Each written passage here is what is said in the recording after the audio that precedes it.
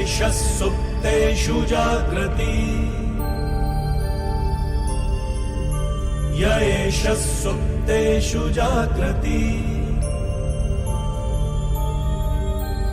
कामं कामं कामं कामपुरुषो पुरुषो निर्विमाणः निर्विमाणः तदेव शुक्रं तद्ब्रह्मा तदेवामृतमुच्यते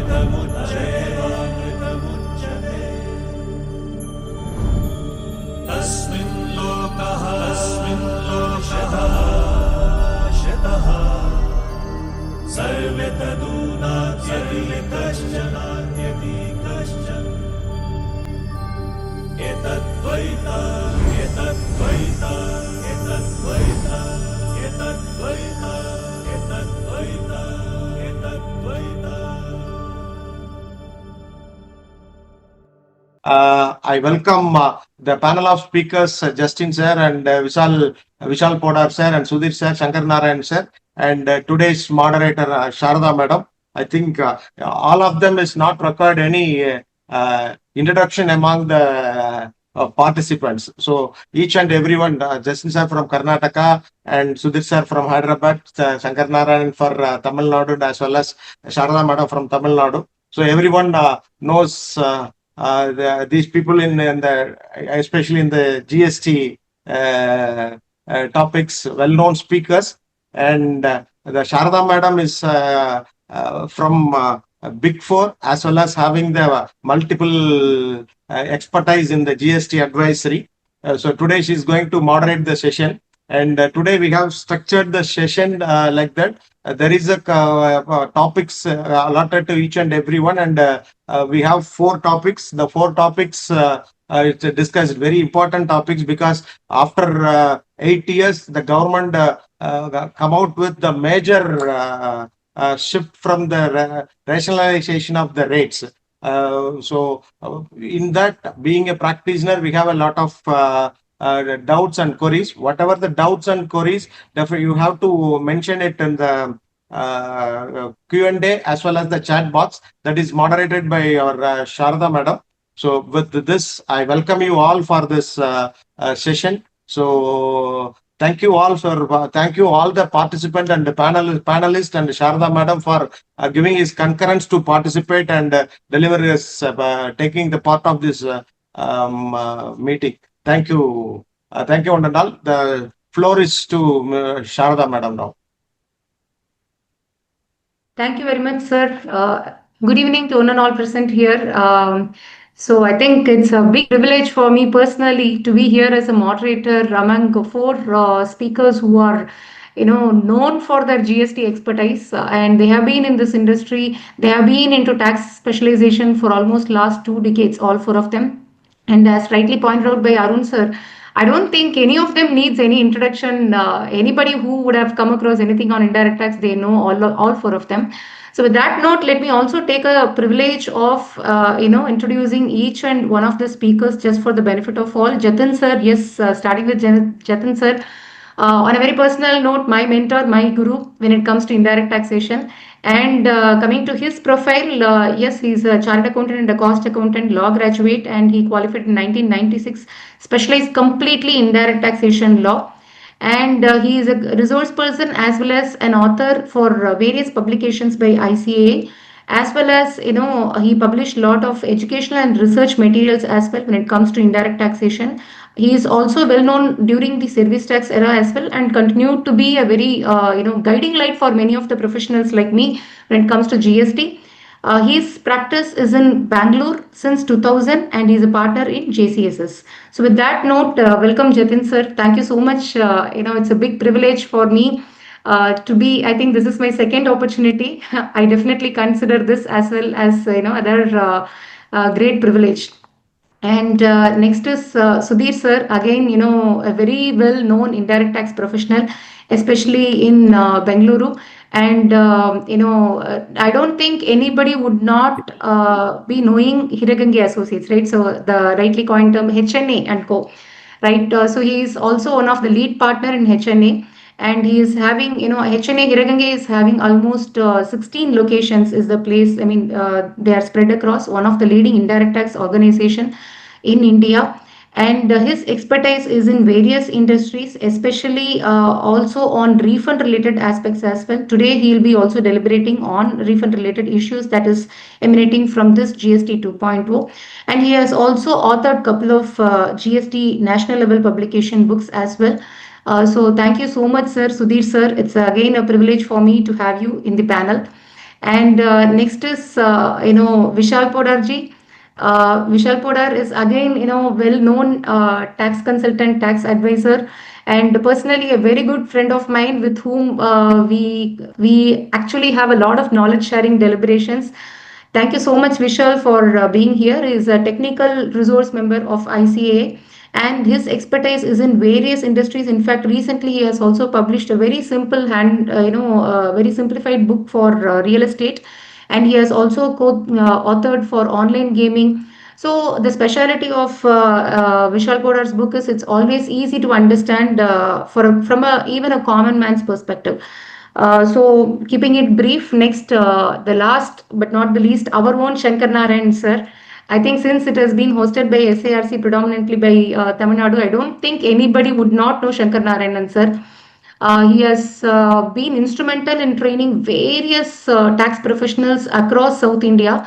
A member of GST study group of ICA, he has again contributed significantly for ICA publications, and he has also trained various chartered accountants, finance professionals, indirect taxation. As I rightly said, almost everybody in South India, I mean, most of the time when I go for deliberating any lecture anywhere, there are like 3 4 names which people ask, do you know this person, do you know this person? And obviously always Shankar Narayan sir has always been in the list, even whenever I visit departments as well. So a well known personality when it comes to indirect taxation. So I'm sorry, I'm just keeping it all brief because I think the entire energy of this particular session has to be greatly channelized in trying to extract the best out of all these four top-notch professionals in the country. And I hope I'll try to do my justice as much as possible. I'm here to echo the queries or questions that many of you may have in your mind. And having said that, let me also set the expectations right at the beginning. During the course of the session or until the end of the session also, I request all the participants to remain muted at any point of time, including during the Q&A as well. We request all of you to remain muted. The main reason being we want to keep this as neat and as professional as possible. Having any kind of conversations through the voice messages would be probably interrupting the flow. And the second request is whatever queries that you have, please feel free to post it in the chat box and in the Q&A. But having said that, please wait for the Q&A sessions to get completed from my side, because many times most of your questions may even get answered during the questions that we have already framed as well. And at the end, if you still have any questions, please feel free, because towards the end of the session, we have specifically allocated some 20 to 30 minutes only for the floor to raise the questions, right? And again, whatever questions that you want to post here in the chat box or in the Q&A box, please remember, kindly keep your questions short and crisp. At the same time, do not have any facts-based questions. Do not try to ask these questions like, what is the HSN code for this commodity? What is the rate of tax for this particular service? I mean, it may not be possible for anyone for that matter, first of all, to remember all these kind of goods and services to answer your question. Second thing, this is not the right way to determine the rate of tax for goods or services. It's a robust procedure, and it is not something that can be handled by any of the professionals across the conversation, right? But having said that, please keep your questions as generic as possible as well, and it can also be industry specific because it's going to help for the benefit of all, right? So with that note, let me... Chairperson இருக்காங்க, நான் note பண்ணிட்டேன். இல்ல chairperson இருக்காங்க, நான் பார்த்துட்டேன். Sir, Arun sir, is there anything that you want to communicate? Yeah, yes, madam. Madam, our chairperson is there. I request the chairperson to address to the members. Welcome, Revati ma'am. Yeah. A very warm welcome. Yeah. It's a privilege to have you here. Thank you. Thank you. No, I am very privileged to actually be here among all the GST Jambavans who are sitting here. Jatin sir, SUDHIR, Shankara Narayanan sir, and VISHAL, and of course, you also, Saradha, who is doing such an able job of actually spearheading this session. I don't want to talk much over here because I think there are more than 430 members who have joined, and we should not keep them waiting. It's just that yesterday we had the PM saying that this is a Diwali gift to all the citizens of the country, and this is the Diwali gift that we chartered accountants are actually spearheading, and this is a Diwali gift that SIRC is also trying to give by giving an opportunity for all the members to get all their clarity in this particular thing which has been brought in by the finance minister, the implementation of GST 2.0. So I will hand it over back to you, Saradha, and to all the members, to all the faculties. Thank you very much for, immediately accepting our request to join in and clarify the sessions and give some clarity to all of us as we are taking this GST 2.0 forward. Thank you very, very much. I know it was at a very short notice. Thanks a ton for accepting, and thank you to all the members, and thanks a lot to the GST committee of SIRC headed by CA Arun, who, immediately said, okay, ma'am, let us do this. And we went head on into it. And within 3-4 days, we've managed to put this in place. So thanks a lot. Over to you, Saradha. Thank you. Thank you so much, ma'am. Thanks a lot, Revati ma'am and Arun sir, for in fact having convened a meeting of this sort where you are, trying to bring some of the best experts in the country, and I think it's my privilege as well to be here. So, with that note, let me straight away get into the key points that we are going to discuss today. Even before I could raise some of the questions here, I just want to start with this opening note. Right. So, Jatin sir, let me start with you first. What do you think are the 3 hits and 3 misses in this GST 2.0? See, this is definitely a significant initiative of the government. If you identify hits and misses, it may not be fair to the initiative of the government, but there are definitely things that trade will welcome. There are things that the trade may not be prepared for because some things have come about quite suddenly.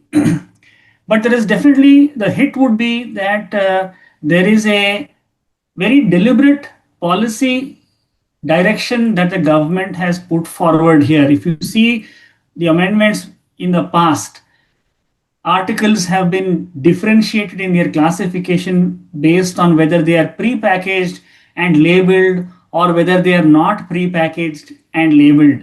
All this has been significantly done away with by bringing both categories of articles on par with each other.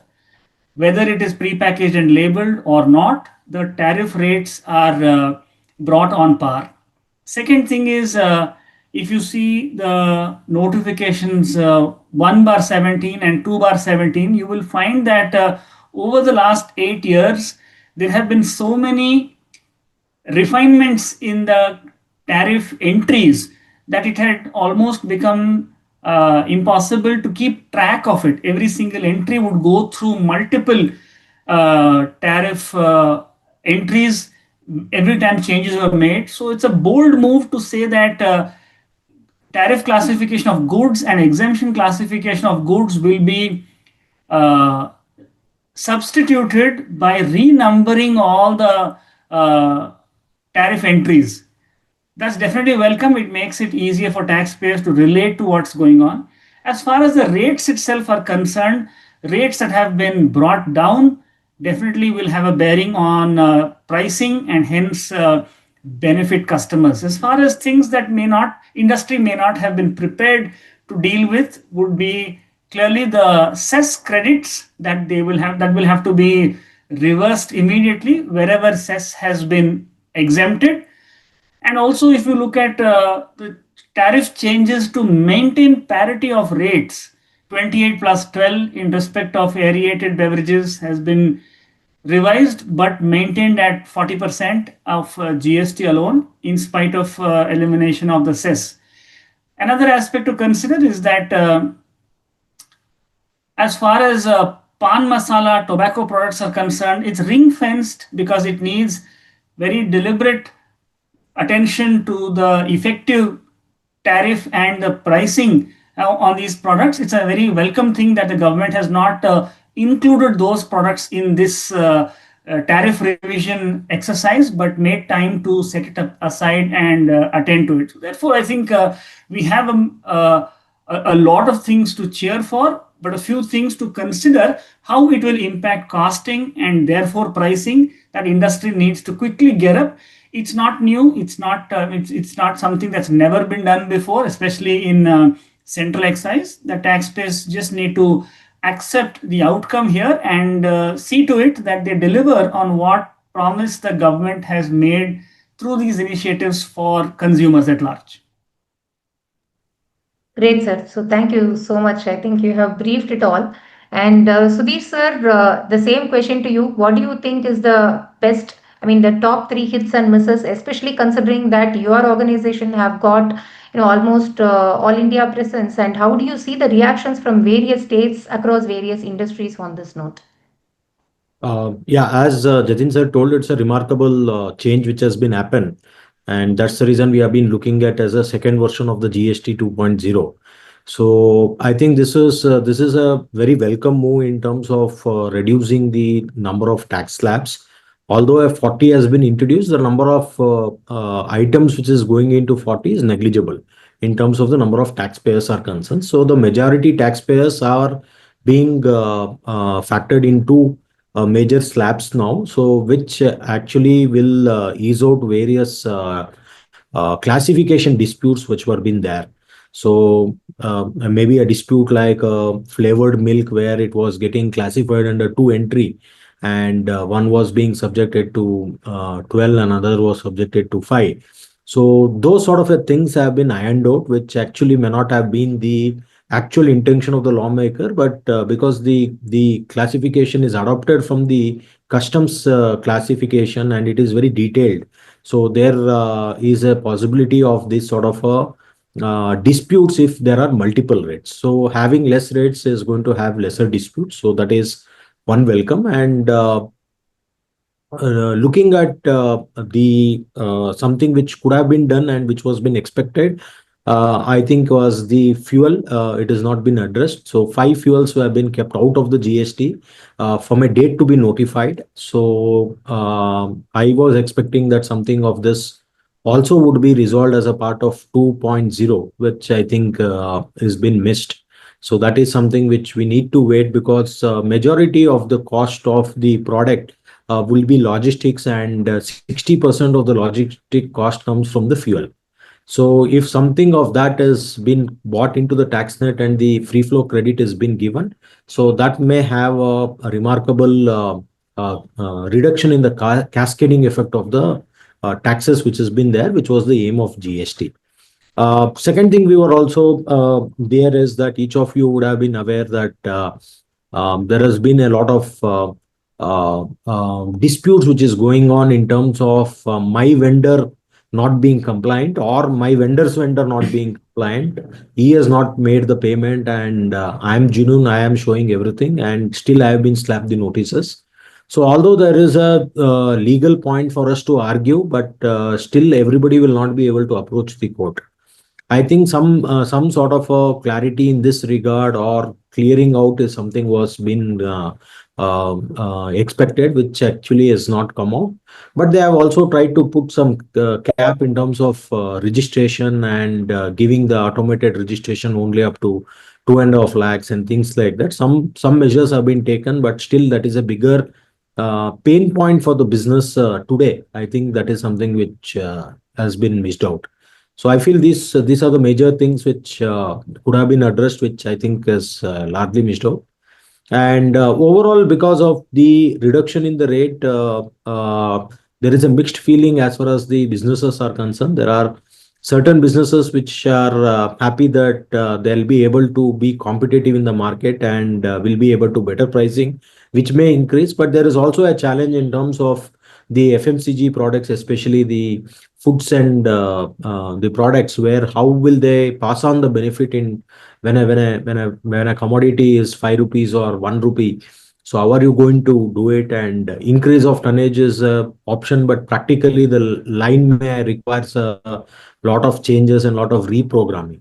So that is, I think, is a pain point for them in terms of looking at passing on the benefit per se to the customer. So that's the negative. Otherwise, things to be on a positive note. Great, sir. Wonderfully summarized. As you rightly said, some of these unwarranted, completely unwanted disputes like flavored milk, and then what happens for the parota versus paratha versus Malabar parota. I mean, those things are completely done away with, and on those lines, it's definitely a great welcoming change that we are looking forward for something more tangible than looking into all these petty matters unnecessarily. So, thanks for that nice summary, sir. And over to you, Shankar Narayan, sir, from your perspective. Hits and misses. Good that you have asked me now. Since both of them are already answered, I have prepared mine in the time that they have taken to summarize. So No, I'll I think quickly. Vishal's job is going to be even tougher. No, I believe after me it will be easier. So anyway, uh, I will start off with the misses first. What could have been better? Why this mid-year confusion? That is again a thing which GST is throwing into the plate, because like we implemented GST on 1st July, we had this trouble. The accountant inside me cries that we should not be doing such things at the mid of the year. Now, let alone mid of the year, it has been done mid of Mid the of the month. month. And No, it is not Navratri even mid seems to of be the the month. auspicious day, sir. Yeah. No, auspicious for everybody except an accountant, I would presume. Correct. And the return filing for this month is going to be scary to that extent. So hence, that is something that could have been handled better. And I am seriously concerned about, this is the first time I am concerned about the department's targets, because I am not sure whether they will be able to fathom the fact that there is going to be reduction in the revenue. Overall, there is going to be a down in the forecast and whatever that expectations, whereas we have only been seeing in the last 2 years the bar being raised every month, the 10%, 5%, and so on and so forth. More so because there is also a proposal for automatic refund, which I feel is a hit. So I'll come on to that little later. So the second miss I think is, have the department been communicated, or have they been told that the target that they are looking for is not going to be what they are in the current month, may not even sustain in the next month. And with respect to the legal amendments, especially 13(8), the amendment, or be it the 15(3)(b), the discount related amendments, which were already in discussion, is what we could get to know.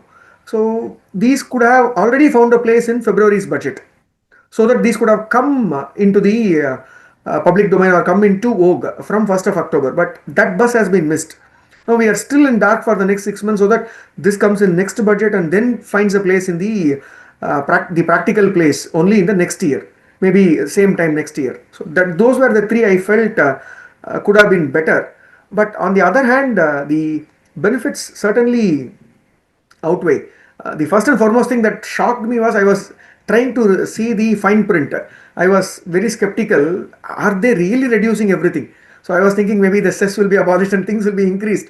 So nothing of that sort happened. So that was a surprise. But I could see the direction.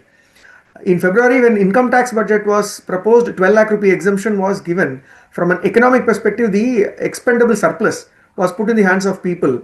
And now the expendable surplus has been shown away to spend it. So that is what I feel. So the direction has been there, is something, that clarity that I could derive from this. So that way it is in the right direction. More spending, being a consumption tax, more spending, more revenue is what is the mantra. And the other hit I would say is the automatic refunds, which I am waiting to see. As you would know, Sharda, people sitting in Tamil Nadu and waiting for a refund. What happens and what all happens. Hence, I'm just very eagerly waiting whether the same buoyancy will be shown in automatic refunds, especially the inverted duty structure refund, which is hitting certain industries like the printing industry, how that is going to be handled. So these were my hits and misses. Greatly summarized, sir. You have touched some of the important nerves of this discussion. And Vishalji, yes, I'm not sure if I'm making your job any tough because, I think I've kept the best reserve for the last. It is anyways tough sitting with such an elite panel. So whatever you speak, you have to think 3 times for all of them. What would be their counters? So anyways, I first of all thank SIRC for this beautiful opportunity to be seated alongside such learned people. I'll continue from what Shankara Narayanan said. Yes, the direction was showed in the February budget. And I think the trigger was the US tariffs, which I think added up in making these things faster. Yes, I also canvas thing what Shankara Narayanan sir said, that maybe this could have been better if had it they implemented it from 1st of October. Because now we all know everybody has to make a list of the stocks so that they can do the reversal wherever applicable. At least this could have been much better because anyways mid-year stocks many companies have to report. So it could have been much better from the accountant's point of view had it been not 22nd of September, but at least 1st of October. Regarding the classification, yes, what I could understand that this is a very ambitious effort from the side of the government, whereby what I could see that now majority chapters from our classification schedule are either in only one rate is there for the entire chapter or there are hardly 2 rates. This, according to me, will iron out most of the classification issues as what has been pointed out by other panelists. Also, misses, if I can just point out few, as I pointed out, one, this could have been 1st of October. Secondly, I would have been more happy had there been some relaxation given for those cases where people missed out on filing the appeals in time at the first stage. So many of us has missed out for varied reasons, and unnecessarily now there is a dispute going on that what is communication of order, what is the date of communication versus what is the date of service. Instead, giving a complete relief would have been even giving the relief when it comes to tribunal. When it comes to first stage appeals, anyways, when you are projecting the tribunal to start immediately, you could have given the relief at first stage. And lastly, yes, the big chaos created on the accumulation of cess credit and the non-availability or the reversal, I think that could have been even handled in a much better manner. Maybe giving really Diwali bonanza even to the dealers by not putting them in such a complicated situation. So these are my summary points. Great, Vishal. I think, as you rightly said, is it really the Diwali gift for everyone? That's the biggest question mark, as we can say. And probably, to touch upon this 22nd September, yes, we always wish it would have been 1st October, but maybe because, the way in which Shankar Narayanan sir also mentioned, they wanted to ensure that, the month's revenue loss is not happening. Maybe at least what I missed out in the first 20 days, let me catch up in the next 10 days. That would have been probably the idea as well. So we have to wait and watch how the numbers are going to come up when the government is going to announce these, obviously, at the end of every month. So with that note, I just have a couple of questions. First to you, Jatin sir. I mean, from the time they started announcing about this whole GST 2.0, the one tagline is benefit has to be passed on to the end consumer. Now, what exactly do we mean by it? One for practical reason, the other one from a legal perspective. Practically, is it doable? Because what they expect is if your product rate goes down from 12% to 5%, straightforwardly it has to get reduced to the extent of that 7% difference. And what is worse is this is even expected when there is an ITC loss as well, right? And without giving due importance for the cash flow impact, etc. And the next aspect is how is the legality, especially because the anti-profiteering provisions are not relevant at this point of time. How do you think CBIC would be focusing on implementing this from a legal perspective? See, benefits are not for the taxpayer to retain, because the taxpayer will have to maintain his selling price before taxes. Whatever is the new tax rate will be on that base price. If it was 12 and it has become 5, his base price at 100 remains 100. It cannot become 107 plus 5 to maintain the landed price to the consumer at 12%. Secondly, if if there is a cost increase, it does not necessarily mean that it should increase the selling price on a linear basis, because cost and selling price have no direct correlation. Increase in cost will have a bearing on the selling price, but that's more to do with the pricing decision rather than a direct impact. So taxpayers must ensure that the base price is without taxes before and after, and consumers cannot be at a disadvantage in spite of the government having extended these rate cuts. As far as operationally, how will the government ensure? There are two aspects here. One is awareness of consumers is the biggest safeguard for consumers and the biggest tool as far as administration is concerned.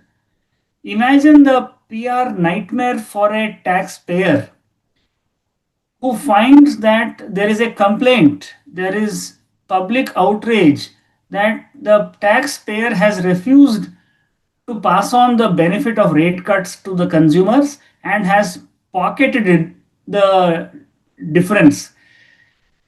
If you see, taxpayers, their focus is to ensure that it's not the 7% difference that they need to benefit from, it's to respond to what the government has done and see to it that consumers get that benefit.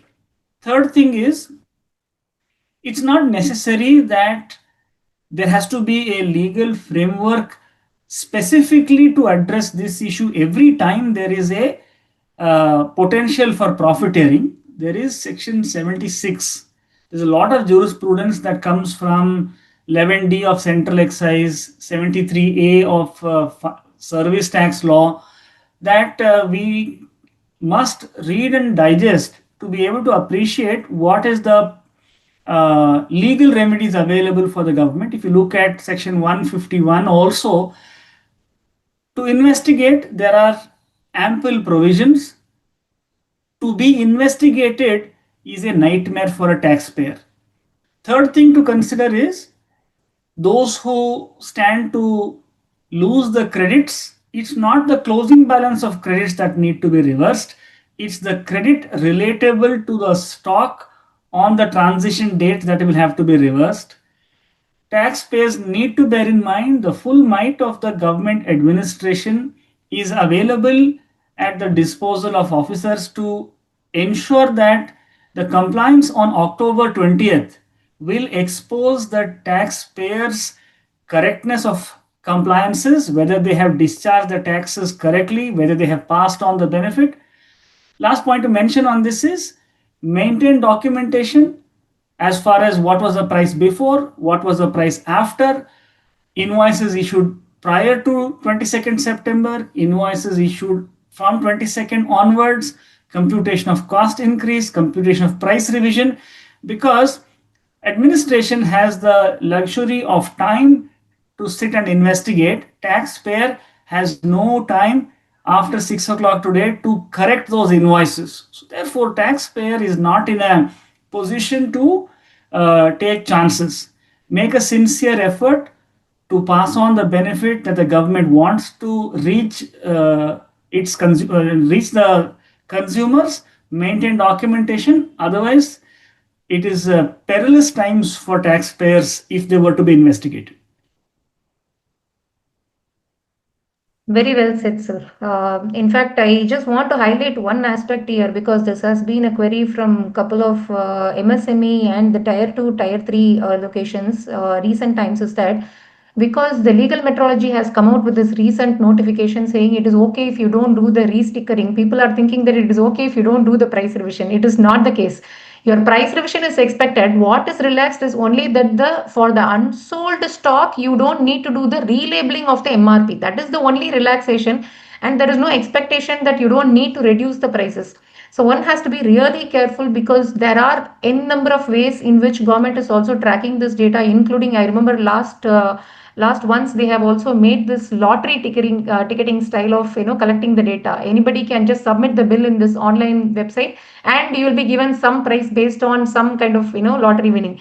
So that's the way even government is also trying to collect lot of these information, and rest assured it's not going to be very easy if somebody is going to retain the benefits. And if somebody is going to give you a kind of view that don't worry, anti-profiteering provisions are not legally applicable, that's not the end of it. Please bear in mind, this is 2.0 is not about businesses getting the benefit. It's end of the day about the consumers getting the benefit of this rate rationalization. So thank you so much, sir, for this clarity. And the next question is to Vishalji. Okay, so as we discussed about this, price reduction, etc., the real impact is, whenever there is an ITC loss, whenever there is a rate reduction from 12 percentage to 5 percentage, but then there is also an expectation that you are no more eligible for the ITC. That comes along with the condition.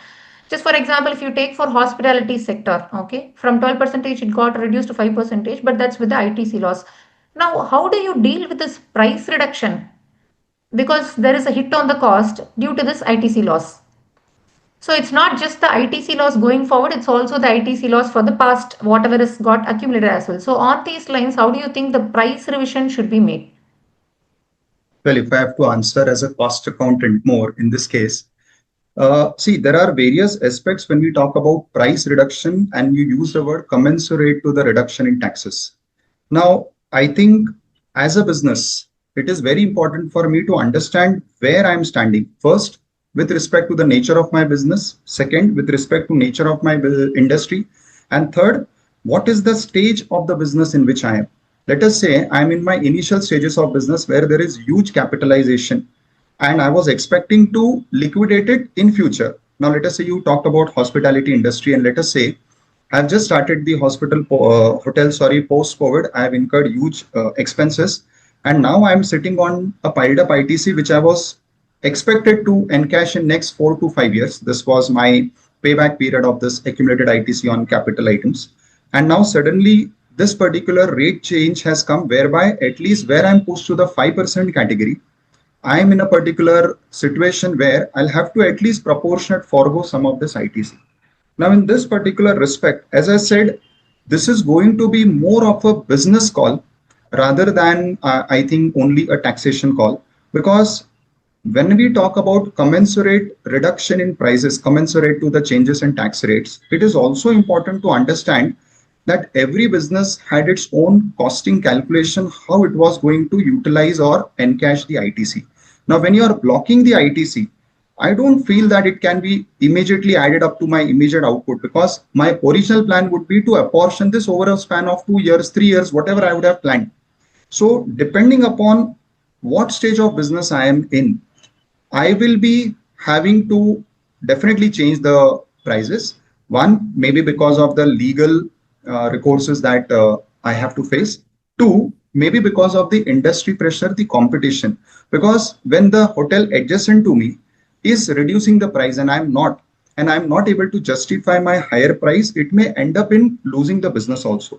So I think this is where I'm sure in the further discussion today, the anti-profiteering and all those things would be coming up for its testing, the legal testing. But what I understand is that today, there is no jaw to the anti-profiteering provision. Why? Because I think now the government also feels that the businessmen, especially in these hospitality type of categories, which are very much price sensitive categories, would be taking a rational call. But yes, if I have to, as sir was mentioning, Jatin sir was mentioning, that on 20th October, it will be a challenge, because that is the time when the officers would be ready with their calculations or their assessments. So at that time, I should be able to justify if I have not, let us say, 12 has become 5. So I should have effectively by back calculation done some 6.25% reduction. If I'm reducing only 2%, if I'm reducing only 4%, I should be able to justify with my cost calculations as to how I am able to match this. So this is what I believe when it comes to the commensurate reduction in prices along with the changes in tax rates. Yes, ma'am.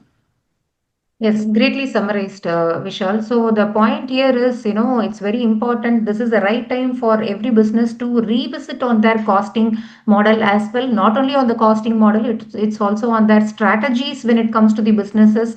What is my business model? Every industry may not be the same. Every business may not be the same within a particular industry.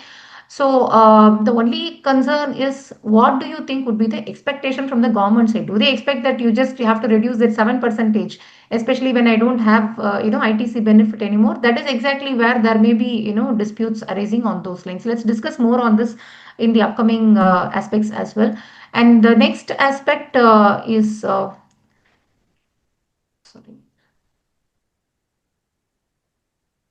Okay, so the next question is to Shankar Narayan sir. On the compensation cess, this is one area where I think the industry is majorly crying, literally, right? So what will be the fate of this compensation cess? Can the accumulated cess, it cannot be utilized anymore, or can it be utilized towards other GST payments, or is there a feasibility of refund? And again, is there any way you can apply some of the precedents like Slovak India judgment, etc.? Is there any way one can dispute on the compensation cess? Because it's impossible to manage the kind of accumulated compensation cess which is lying in almost the entire automobile industry. Your take on this, sir? This has become something like the cess that we had in service tax when we migrated into GST. Correct. So, though we may see the gravity of the situation as bigger, the fact still remains that the government has not indicated or said anything about this compensation cess being eligible as to be offset against any other tax or being eligible for any other benefit. So as of now, I want to categorically say that this compensation cess is something which is a dead asset in your balance sheet. You may even consider that to be an expenditure because no word has come so far. Now, as far as speculation, I don't speculate. Hence, I don't want to predict or say that what may happen. Now, Slovak India in the Senvat regime, yes, now the inference is drawn into the GST as well. But in case of cess, we were never successful on that. The cess credit that were there, retrospective amendment was done to ensure that the ITC is not given. Maybe we'll have to wait and see whether still any such litigation is pending or something might come up in the future. But as of now, one thing is clear: compensation says no further benefit. That is something which is going to lie there. But I'm also getting to hear from the industry, especially the automobile, more so from the people who are at the selling point, the people who are the end customer, near to the end customer rather than the manufacturers, because the ITC is pushed top down from there. So the ones who are stuck with that ITC more will be the dealers. Now they are the ones from whom certain information has been taken by the local GST officers, meaning the through them by the government. So there might be something on the anvil, which is again a prediction. Absolutely nothing put in black and white so far. But this will become an expenditure. A person wants to pursue the matter legally and try and see the logical end of it, they may try to do. But as it stands today, and from what I have learned in the compensation cess era into GST, I feel it may not yield any benefit. And I also want to distinguish here the Senvat benefit vis-a-vis the Slovak India judgment vis-a-vis what we are fighting here. Because here what we are looking at is a cess. Now this compensation cess in itself was brought into life only to give compensation to the states where there is going to be a loss, and that formula was put in place as per that the 14% increment for inflation every year, all that was there. Now from 2022 30th June onwards, the compensation package itself has stopped. So effectively anything that is collected beyond that period would only be assumed or should have been only for that period. So there itself I don't see a parity. The matching concept, as we call in accounting, is itself lacking there, and it is already lopsided on one end by 3 years. So hence I feel this is absolutely at the mercy of the government. So they will have to come back and say if there is any good news. As of now, it doesn't seem to be good for the auto industry, as you rightly said, for anybody for that matter who is holding the compensation cess in ITC.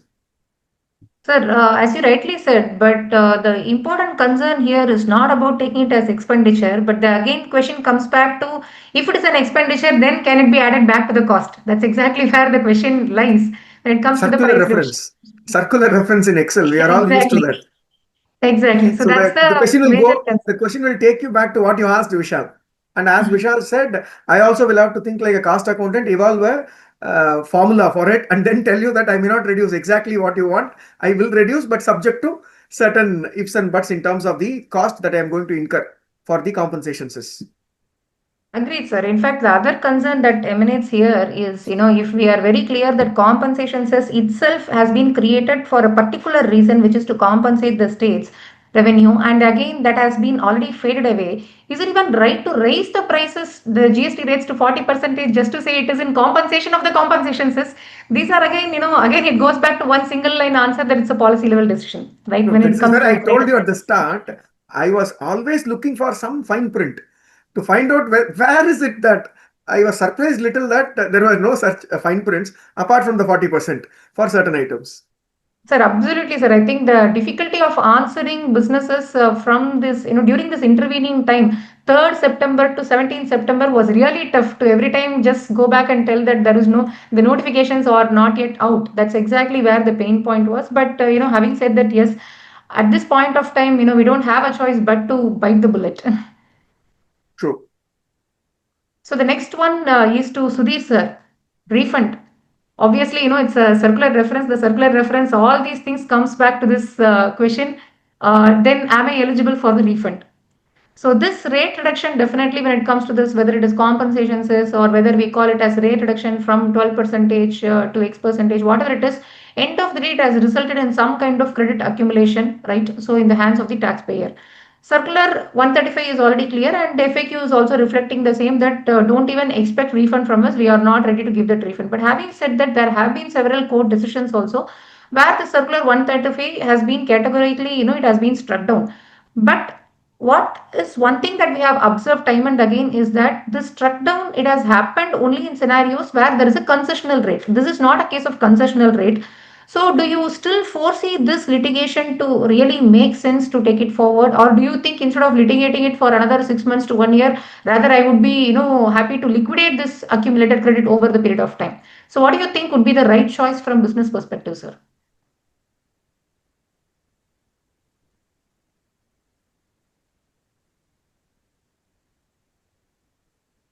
Sudhir sir, I hope I'm not sure if you are muted. Yeah, am I audible now? Yes, sir. Yes, sir. So some internet challenge with me. Yeah, I got the question, Shraddha. So I will answer that. So first is that we need to look at what is the problem statement. The problem statement here is that I have purchased the goods when the rate was prevailing at 12%, and I am selling thereafter at the rate of 5%. So there has been a accumulation of the credit to the extent of whatever the 6 or 7% after taking your input tax, whatever on the margin, about 6 to 7% gets accumulated. So this is majorly for those people who doesn't have sufficient margins and they work on a 1%, 2%, especially those distributors and all. It's only a volume-based business. So thereby, this ITC which they have been paid on the closing stock, although it is an eligible input tax credit and the reversal is not been required because the goods is still a taxable supply at a lower rate, but it is not because of an exemption because the rate being changed. It still be a taxable supply and no reversal is required. The credit gets accumulated. Now, because the credit is accumulated and I don't have sufficient margins for that to consume, and one of the dealers distributor we were evaluating, he requires 2.5 years to absorb this, what you call the credit of ITC, which has been there because of his business model. So it's a huge time which has been there for the industry. So question comes up is whether I can go for a refund. Section 54 deals with the refund under the GST. It is talking about refund to be provided only for exporters. And one such thing which we commonly call as an inverted duty structure, that is where my rate of tax on the output is lesser than the rate of tax paid on my input. you will be eligible for getting the input tax credit. So this is something which is the prevailing scenario for the people who are having the stock, and the rate has been reduced.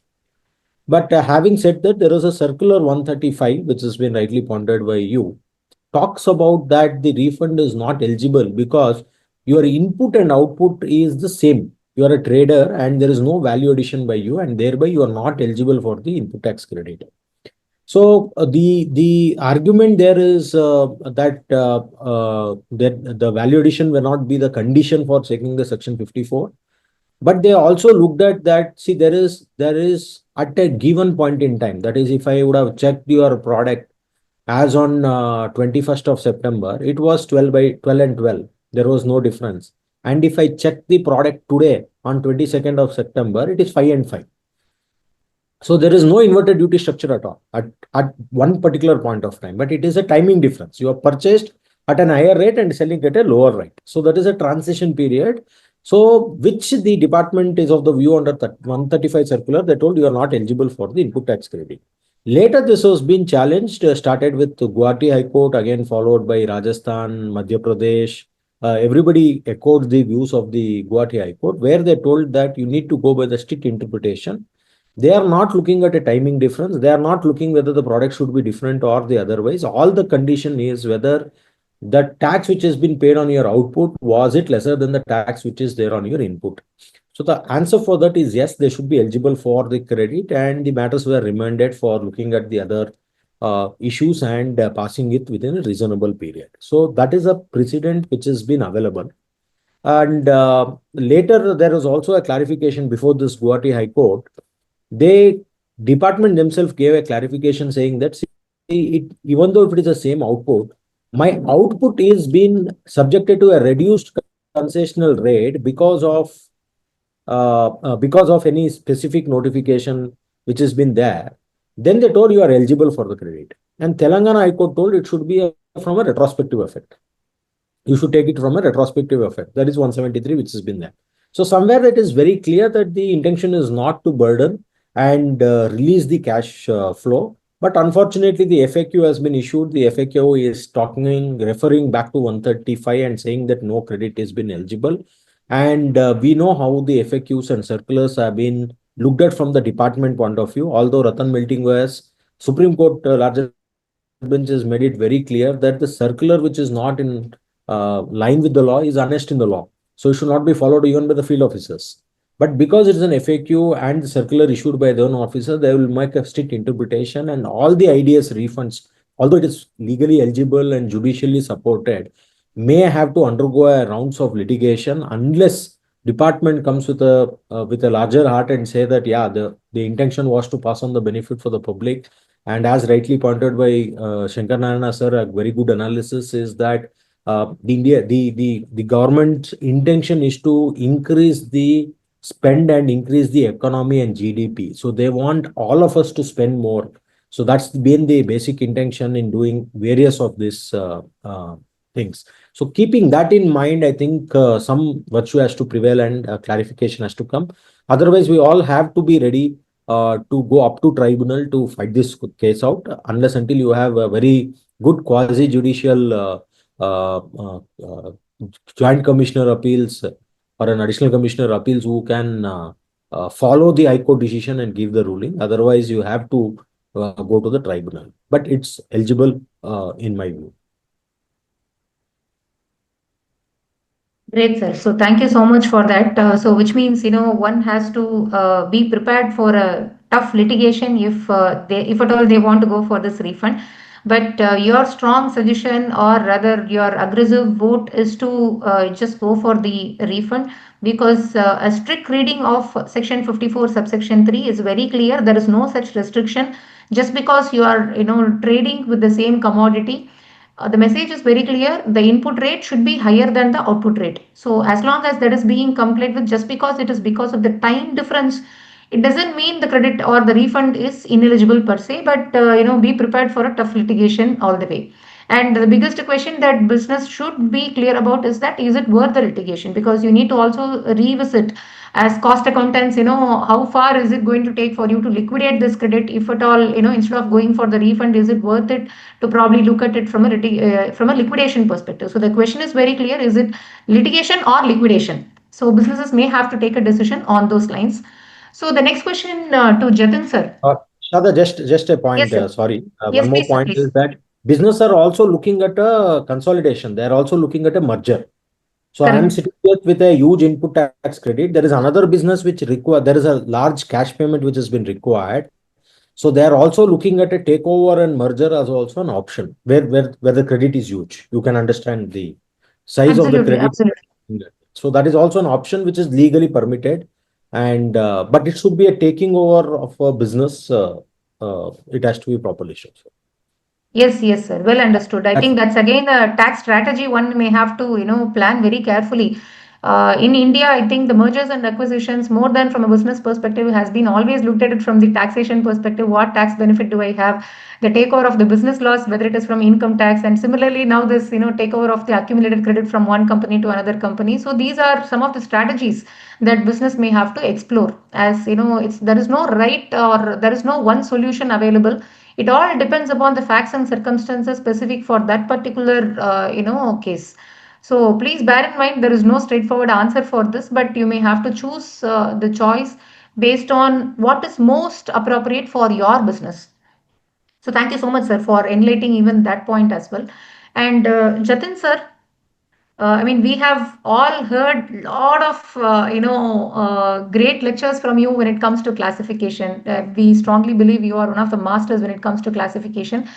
You also mentioned this one point, sir. It's a brave move to see that the notification for goods now is no more a confusion where they keep on amending one after the other. Rather, they have come out with a very good clean slate to say, no, forget about whatever that has happened, erase everything. Now let's start with a fresh slate.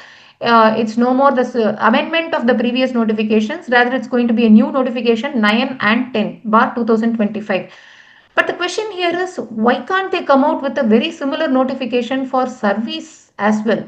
I mean, service is something that has been beaten like anything, more than the goods, I believe. Because goods, at least, the biggest confusion is about finding the HSN, and then at least it becomes slightly on a smoother side. But for services, even after you are very clear about the, SAC, you still have to read so many notifications to get a clarity whether you are eligible for ITC, not eligible for ITC, is it optional or not optional, do you should it be paid in reverse charge or forward charge?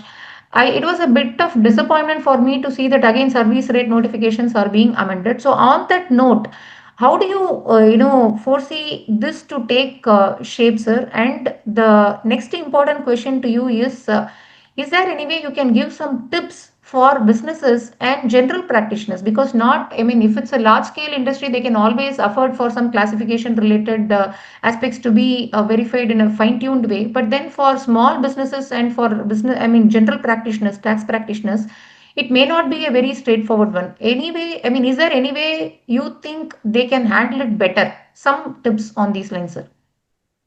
See, anyone who expects taxation, especially indirect taxation, to be simple is very sadly mistaken. This is not the line of work for you. Those who are in taxation practice are the ones who thrive in confusion, in multiplicity of documents. Third, history is evidence that complex construct of the policy decision is a byproduct. Government has an intention to do something. The current state of the notifications is unchangeable. Therefore, there's a need to bring about amending notifications. In the case of goods, it was easier to substitute the notifications. In the case of services, it's simply not possible to change it at this stage because it's just been in 2019 that entry number 3 was amended. 7 has its own complexities, 9, 26.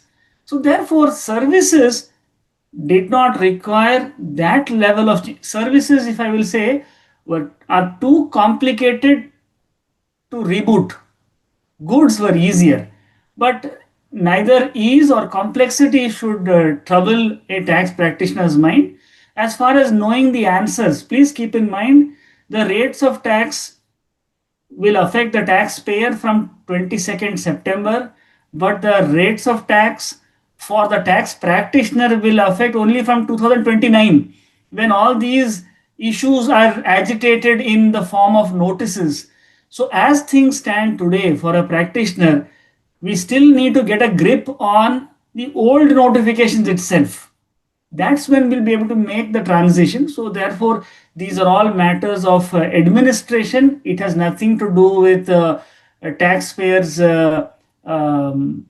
tax professionals ease or difficulty in understanding. We need to come to terms with this. Just get all the notifications, go through with it, invest time, deep dive into it, and I think we'll be home safe. That's a good message, sir. But the only disappointment that I have with your response is that you are very clearly saying that even for the CBIC, it is tough for them to come with one revised notification, a new notification for services. But then that is expected out of taxpayers and the tax professionals. That is something where I feel it is still unfair. If it's No, tough no, for them, it's equally tough for us. Or probably it is designed to be in a tough way. see, for taxpayers, they have three notifications to look at: tariff notification, exemption notification, RCM notification. It is for the tax professional that we have to look at multiple notifications. Imagine the plight of the tax officer. He has variety of industries, variety of taxpayers. He has to deal with this. Let's not lose sight of how complex it is from an administration point of view. Government is committed to simplifying it for everyone, and we can see that as far as goods being straightened out with all the additions and the exclusions, it became unwieldy. But this was also an opportunity when things were moved across schedules. See, 18% was in Schedule 3, 18% is now in Schedule 2. 7 was part of 6. 7 is now a standalone provision. See, structurally, large number of things have been done as far as goods are concerned. Had the government wanted to make insertions in 1 and 2, they could have easily done this. But because of structural alteration, I would say it is a necessity to substitute and not make additions, amendments like it has been done in services. Great, sir. Point noted. And so the message is very clear when it comes to services. Please don't take it for granted. And people have this tendency to think that now it's just 5% or 18%.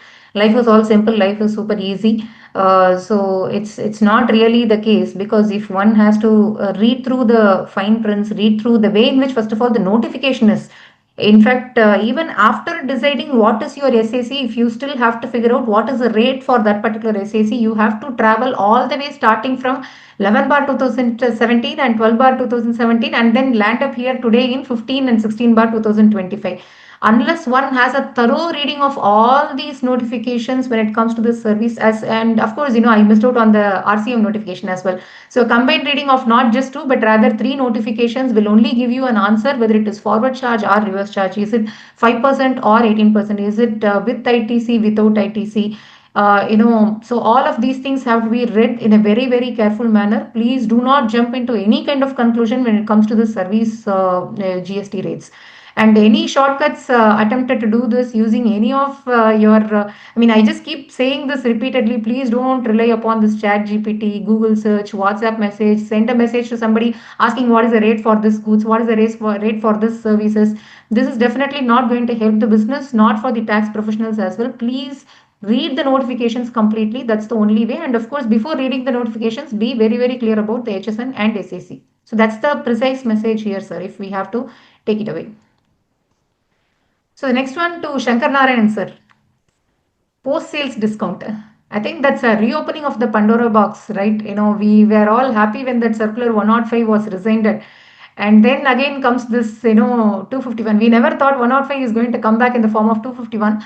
But then on a very honest note, there is definitely a great amount of possibility that businesses may also do some or other way to manage their, credits through this post-supply discount, etc. If not for this circular. But having said that, the circular seems to be I mean, the apparent reading seems to be very fair. In fact, I had a detailed discussion with Jatin sir also on this particular circular. So the way in which if you read it, it looks as if, it's so beautiful. They have been so, generous in saying, please take, don't worry, as long as you don't have this agreement, etc. Don't worry. You will not be required, you will not be penalized. But then if you read it in depth, the message is very clear. We are categorizing you into two categories. One, yes, without these kind of documentation. The other one is without those kind of documentation. But the question here is, how do you fit in the facts within the circular? My argument would be always to say that, see, in para number 2, my facts fits into the category, the question number 1. But then the department's view would be to say that no, it fits into category number 2. I would say no, this is how my agreement is. But then the department would say no, this is not the way in which your agreement is. So on those lines, how do you see this circular 251, sir? How, I mean, it's actually going to throw up a lot of litigation for sure. The point has already thrown up litigations and it is only going to further. And I would want to start off with the tracing the history. Now, this happened towards the end of service tax as well, where we had two separate departments dealing with sales tax and service tax. The people who are not even registered, especially the automobile final sellers of automobile dealers, they were subjected to this inducement to supply. And later on, it ended up even with the FMCG. The people who are selling even consumer durables, they were subjected to this secondary discount brought into taxability. I somehow have a positive feeling about the circular number 251, unlike you, Sharda. The reason being, I am picking it up from the original 15.3b and then tracing it to circular number 212, and also the couple of very important Madras High Court judgments in case of Supreme Paradise and Shivam Steels, reiterated in Shivam Steels. Now, in essence, what they have tried, or what I get to understand from it, is any discount that is given, which is merely accounted as an income in a trader's balance sheet, a trader's P&L, should not be deemed as a supply or a consideration for a supply. So that is the basic point that has been put out very clearly, is what I feel. Hence, this basic kind of litigations that we are currently facing, wherein we are repeatedly asked to explain why there is a discount, you don't give me an explanation to the discount that is sitting on the credit side of your P&L, we will consider that to be a consideration for a supply. Where is the supply? What was the supply? What was the goods that was supplied? What is the HSN? Nothing was traced. The notice was given, the order was passed, demands are still pending. Now, that part, I believe, is greatly addressed by the circular, by merely saying any kind of such discount passing by the manufacturer or the super stockist or the wholesaler down the supply chain will not be deemed to be a consideration, unless and until there is going to be a separate supply that is done by this person. Take for instance, a car seller puts up a car mela inside a, say, software company, puts up a kiosk and displays the car, ends up even getting some sales out of it. Now, for this activity, the car dealer wants to charge the car company by saying that these are the incidental expenses I incurred for doing this. If he raises a tax invoice, then it is much easier. But if he is not doing it, the car company is going to give him a credit note to make him good for whatever expenditure that he has incurred. Now, that is a problem. That is not something which is contemplated, because there the credit note is not a discount. The credit note is consideration in disguise. So those are the areas which they have clearly said, especially the third question for which the answer has been given. They have clarified into two parts, saying that one, when I am going to push my product, that is the original manufacturer, his logo is going to be there. I am going to push my product, it will eventually end up making your sale also, because through your sale only, ultimately it reaches the customer. So there is nothing that discount will get affected. So that clarity is more important, or that clarity was lacking, is what I feel. So that is clearing the air to a greater extent. Whereas on the other hand, the consideration that is disguised as a discount, now that will be in question. And for that, the documentation, of course, yes, the basics of GST, like was there a supply, was there an agreement to provide anything, and under that only this was earned, is the basic question that if we can answer with the adequate documentation to that extent, I believe we will be able to tide over this question in future. But I feel this has put a lot of cases, or whatever is going to brew as a case, it has all been nipped in the bud by clearly saying discount, don't even try directly taking it as a consideration and say there was a supply. So there is no creating a story by the department in their order. Absolutely, sir. I think, I fairly agree with you because the way it was worded in the press release, they were not clear what they are going to communicate. They just said we are going to communicate something, and that gave me a panic attack. But after reading the circular has been definitely generous as compared to how I at least anticipated it to be. It even said that these discounts are simply given for competitive pricing to push sales and merely reduce the sale price of the goods and are not linked to any independent activity. I mean, these are the words which I honestly never expected out of the circular. And in fact, it also mentioned that for the promotional activities, ultimately enhance the sale of goods that the dealers themselves own and thereby increases their own revenue. And it has got nothing to do with the OEM's, branding. So there has been some amount of generousness in this circular, but the question here is how is the department going to fit in my case into the para which I am referring to, because silence also could amount to a contract between the parties. And this is exactly where I also had a detailed discussion with Jatin. Sir, would you like to add anything here? I know this question is not posted to you yet. No, the both sides of the argument have been placed for members to consider. I have nothing further to add here. Okay, great. So the next one is to Sudhir sir, inverted duty structure. Okay, so the simple question is here, sir. Time and again from 2017, government's promise is that we will reduce on the inverted duty pattern, correct? I mean, even when the VKC were knocking the doors of Supreme Court, they immediately ensured that the rates are increased for the leather industry, isn't it? So on those lines, how do you do it is a different question, but there has always been some kind of efforts towards ensuring that there is no inverted duty structure. But first time I'm seeing that they are okay to come up with some of the inverted duty structures, and they are also trying to say, don't worry, if you have an inverted duty structure, we'll also give you some provisional refund. So how do you see this direction? I mean, it looks like they are now moving towards a different direction as compared to how it used to be. Is it actually good for the business? Because end of the day, now they are looking at a position where it's okay if you have inverted duty structure. Anyway, you have a refund. Why don't you just go and claim that refund? Because this is actually hitting the cash flow of the businesses. The idea is never to have an inverted duty structure, but to always, liquidate on the credits, isn't it? So on those lines, how do you see these changes happening, sir? Yeah. See, coming to the basic, it's an idealistic scenario not to have an IDS.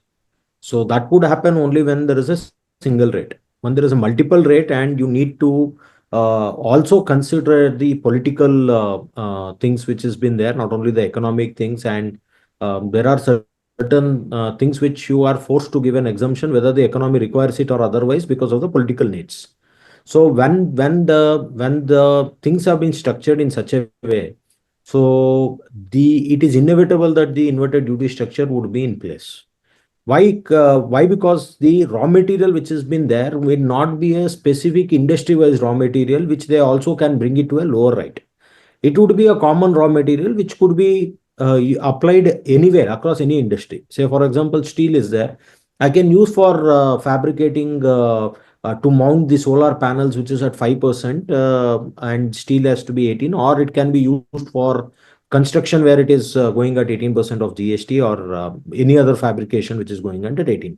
So it is becoming difficult for them to look at the input in terms of reducing it for that industry which is at a lower rate. Whichever has been specific parts which is going is something could have been looked at. So I was also equally expecting, like what you told. Last time they told that there was an increase in rate, and they told we are doing away with the inverted duty structure by increasing the output rate.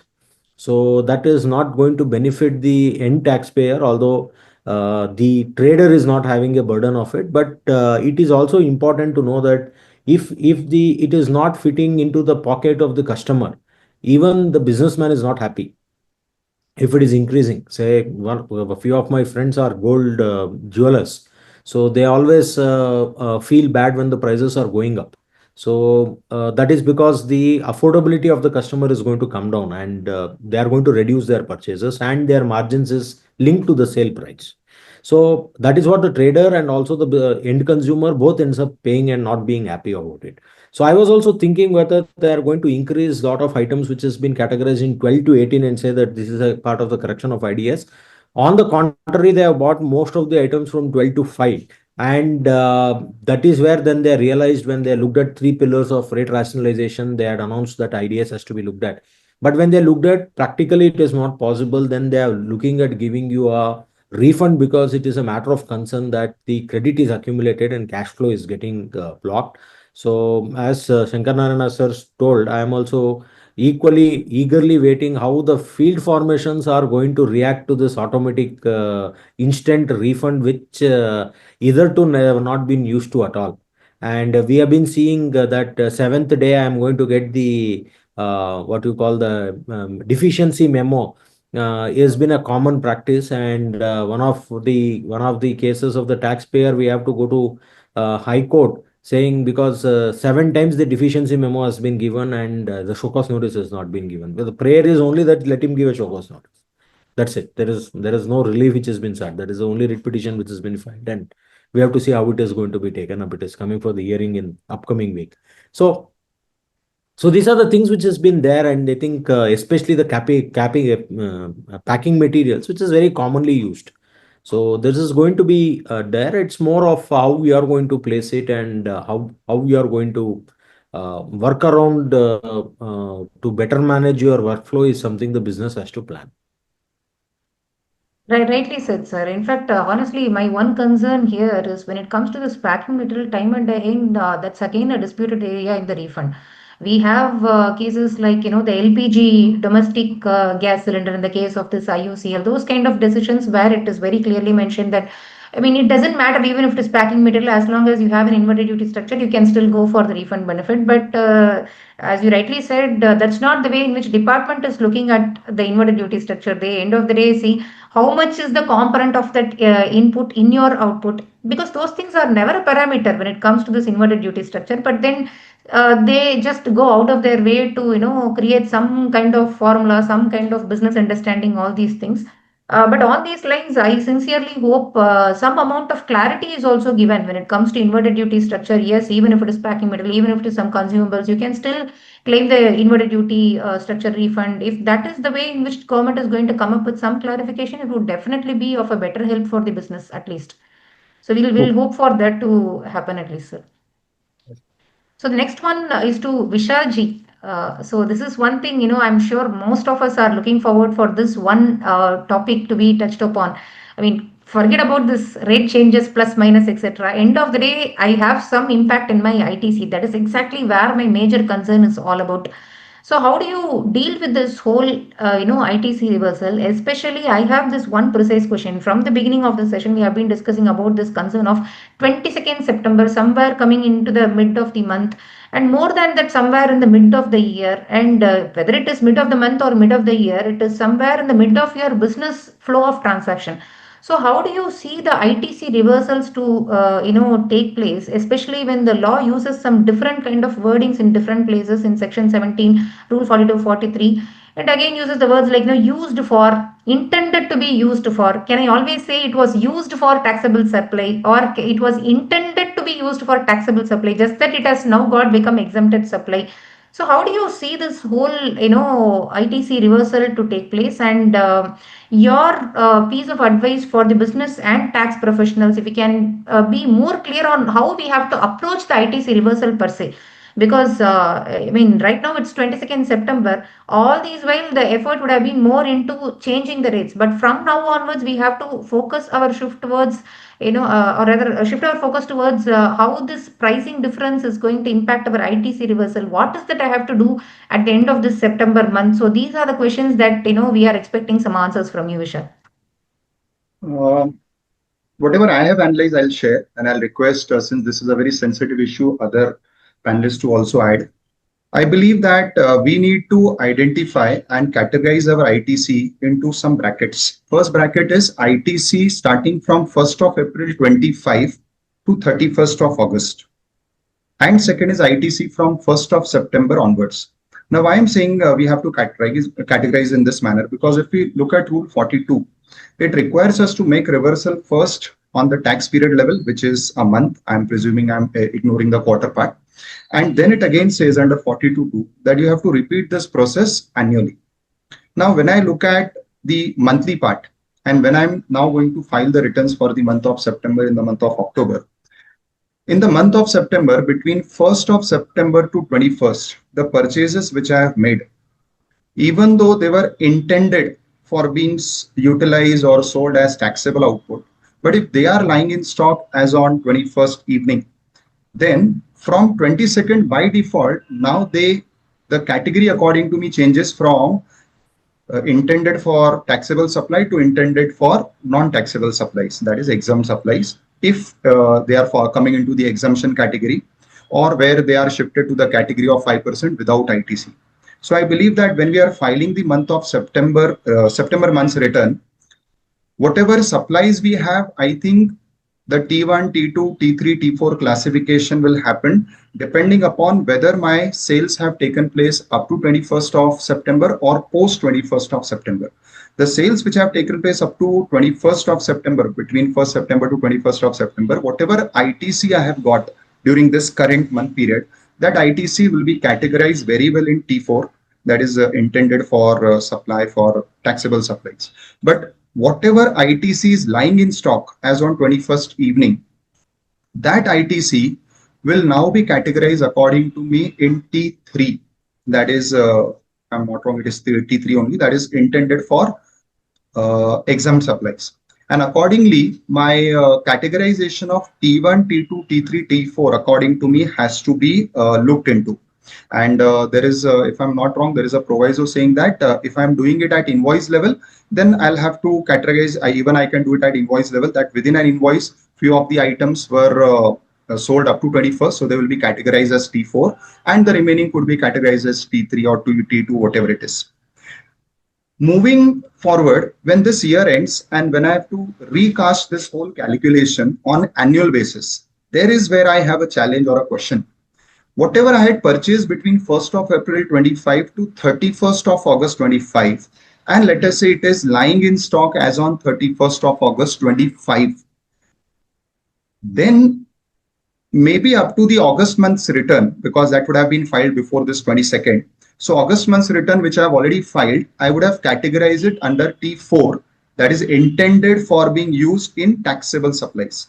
However, when I'll be recasting my calculations on annual basis, I think I will shift the calculation from T4 to T3 or T2, whatever it is, that is pertaining to the stock as on 31st of August 2025, which is getting sold post the 22nd of September. So this is where I made this classification that I need to bracket my ITC where they have come, and accordingly the ones which have come in September, I've already spoken about that, and the one which had come up to 31st of August, between April to August. Now here, interestingly, somebody would ask me, what will happen if something was in my stock on 31st of March 25, and let us say I'm still carrying it as on date, that is today, and I'm selling it henceforth. I believe there will be no reversal or no Rule 42 applicable on that type of transaction. So this is my understanding when it comes to the reversal. I'll request other panelists to please add something, because I think this is one of the most sensitive issues which many of us are facing. Yes, Shankara Narayanan sir, Jatin sir, Sudhir sir, would you like to add?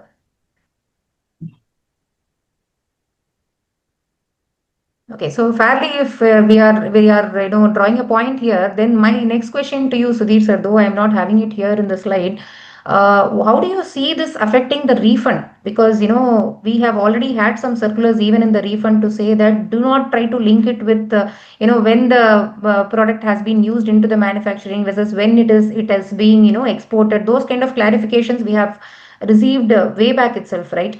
But on those lines, some of the concerns which are there from a business perspective, let me tell you, for example, if your product has all these while be in inverted duty structure, and you have also applied this particular raw material towards that particular product which otherwise would have been in inverted duty structure, and now that it is getting shifted to a regular rate structure, instead of the inverted duty is getting corrected.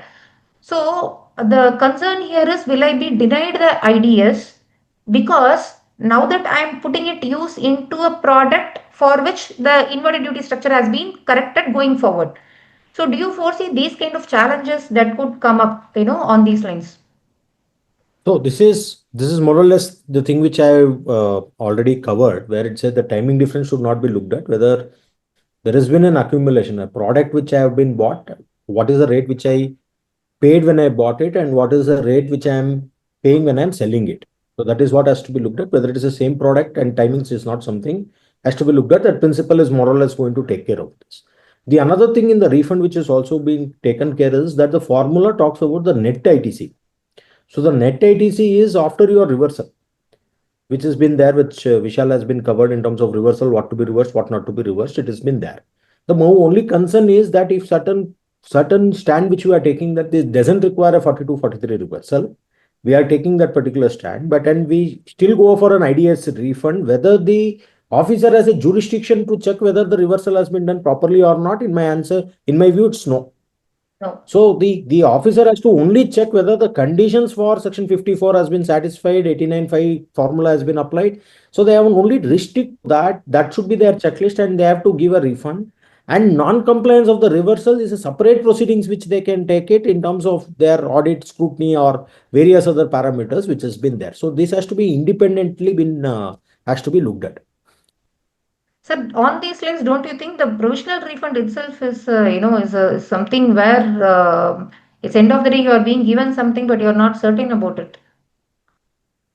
Because these kind Yeah, of see, issues may also come the up, right? provisional refund again will be followed by an order where, yeah, provisional refund will be there, and finally the order says that you are eligible for a lesser refund, then you are supposed to pay back that So that's exactly where the along with challenge the is. interest. See, it's like, and I would have been rather happy with the 60 days final refund rather than trying to get some provisional refund and then that being followed up with some or other litigations, right? True, true. Okay, fair enough, sir. So I'm just, moving on to the next point. What we wanted to discuss is Jatin, sir.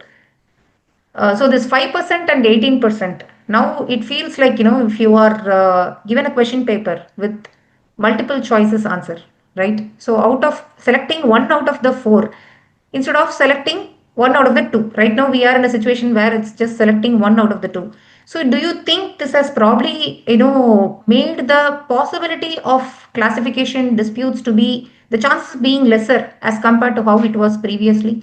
Because I still foresee a lot of challenges even in this two-tier rate structure. Even if you take a simple example of toilet soap versus bathing bar.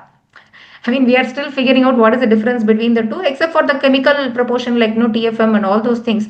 But to what extent tier 2, tier 3 are all clear about it? Because always the practice used to be that no, whatever being the rate that is charged by the OEM, that rate just gets continued to be charged by all the dealers down the line. But now that there is a shift, and having said that, obviously the responsibility is on every taxpayer to figure out what is the rate at which I am paying the tax. I cannot have any excuse just because my OEM is wrong or my vendor is wrong. I cannot take an immunity out of it. But at least to some extent, wherever I am following this tax rate, I may not have a greater issue. But now that I have to excise on my own, to what extent I will get into the technicalities, these are some of the finer challenges which are faced by the distributors or dealers or the retailers. On these lines, how do you find this, classification disputes? Do you think it's going to come down or it's going to increase further? I don't think classification disputes coming down has anything to do with the rate rationalization. It has a whole lot to do with the nature of activities of a given taxpayer. In the case of goods, it is relatively easier, only slightly easier, that the tier 2 supplier can mirror the classification adopted by the tier 1 supplier. In the case of services, it cannot be readily inferred that the tariff mirroring is permitted between tier 1 to tier 2. So classification disputes of service tax are still going on in the tribunal, and for another 10 years, those disputes are still going to be dealt with. So let's not hang our hopes on classification being done and dusted with rate rationalization.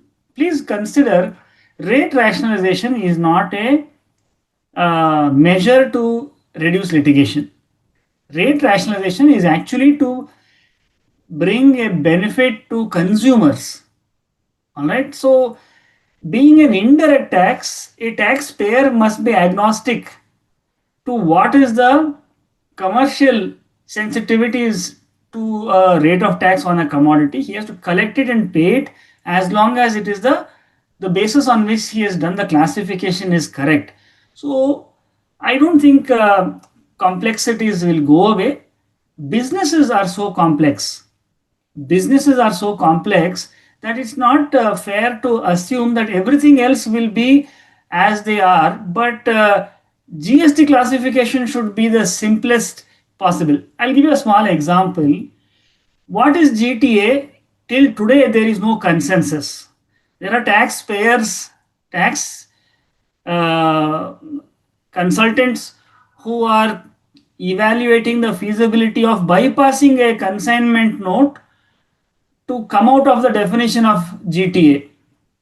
Now there is a carve out in the definition of GTA to say that local delivery services will not be GTA. Now you please consider government is responding to goings on in trade. Government is not deciding what trade should do. There are a lot of judgments in the context of excise law that something out of the ordinary will not be brought into the tax net suddenly. Tax responds to changes in business. If businesses are really simple, like a trader, he just buys and sells what he is provided by the tier one supplier. The business model is simple, so therefore classification is likely to be relatively easier. But that is not so in all businesses, whether it involves goods or services. I'll give you an example to understand, to highlight this example. See, chewing gum is goods, and these are goods being an article of, let's accept, food for human consumption.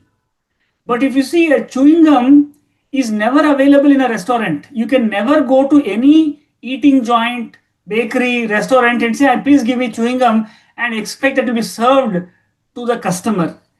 Right from the state in which it is in the store shelf, it will directly be purchased and consumed. So it bypasses the service leg of the transaction. From goods, it will go. So therefore, is it goods? Is it not goods? See, chewing gum, the idea of chewing is it's a form of delivering sugar confectionery. It's not the gum itself, it's the sugar confectionery contained in the gum. Businesses are complex. So the complexity should be accepted by the business while examining classification. It's unfair to say classification should be simple, but my business will keep developing and taking shape and what they call pivot. I'll keep pivoting every now and then and do different things, but I want classification should to be very straightforward. That may not be a fair ask. I think very well said, sir. I think sometimes we are complicating and we think that the other person is only complicating. That goes very well whether it is in personal life or professional life. Looks low. So thanks for that very clear note, sir. And the next part is Shankar Narayan sir, compensation cess. Okay, this is again another important area where I want Shankar Narayan sir followed by Vishal ji as well to deliberate a bit in detail. How do you see the, I mean, you also referred to take it as cost, reverse it off. How do you reverse? How do you do the calculation under 18.4? That's exactly the question. The reversal still has to be in terms of what has been purchased, because if I had purchased say 100 items, the ITC of compensation cess alone, what I have accumulated would have been utilized by my sales, where the margin would have been the differentiator between what was taken as ITC vis-a-vis what is now consumed. I might be left with lesser amount of carry forward, or in some of the cases it could even be zero. If that is the case, but I have an item which I am going to sell now, on which I am going to charge 40%. So the tax rate has basically increased for that product. I don't have any ITC accumulation, then I don't have a problem of this reversal. But if I have an ITC accumulated, then the reversal should happen to the extent of what has been availed on those particular items, is my view. Now, having said that, I am also mindful of the fact that compensation cess, the earlier mentioned service tax related cess, I want to equate these two. If the government is not going to press me into doing this reversal, there is no clarification or any further clarity that is coming, I would only reverse what is lying in my closing balance. With respect to compensation cess alone, I am saying this point. The reason being that is the one which I have lost and which eventually is extinguished in favor of the government. So this is what I would adopt as a safer process. But above all this, I also would want to add that we may have to wait, because in GST time and again, we have found that a person who is very correct and being right in the first step is proven wrong after 2 years by way of a retrospective amendment, by way of a benefit.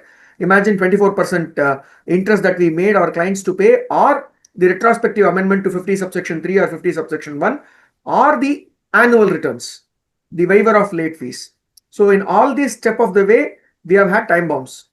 So I have my own reservations in saying that go ahead, reverse. No, I am saying play safe. Reverse only to the extent that you have, only for compensation cess, and that too when you don't get to hear anything from the government and your time to close your accounts have come, maybe do it at that time.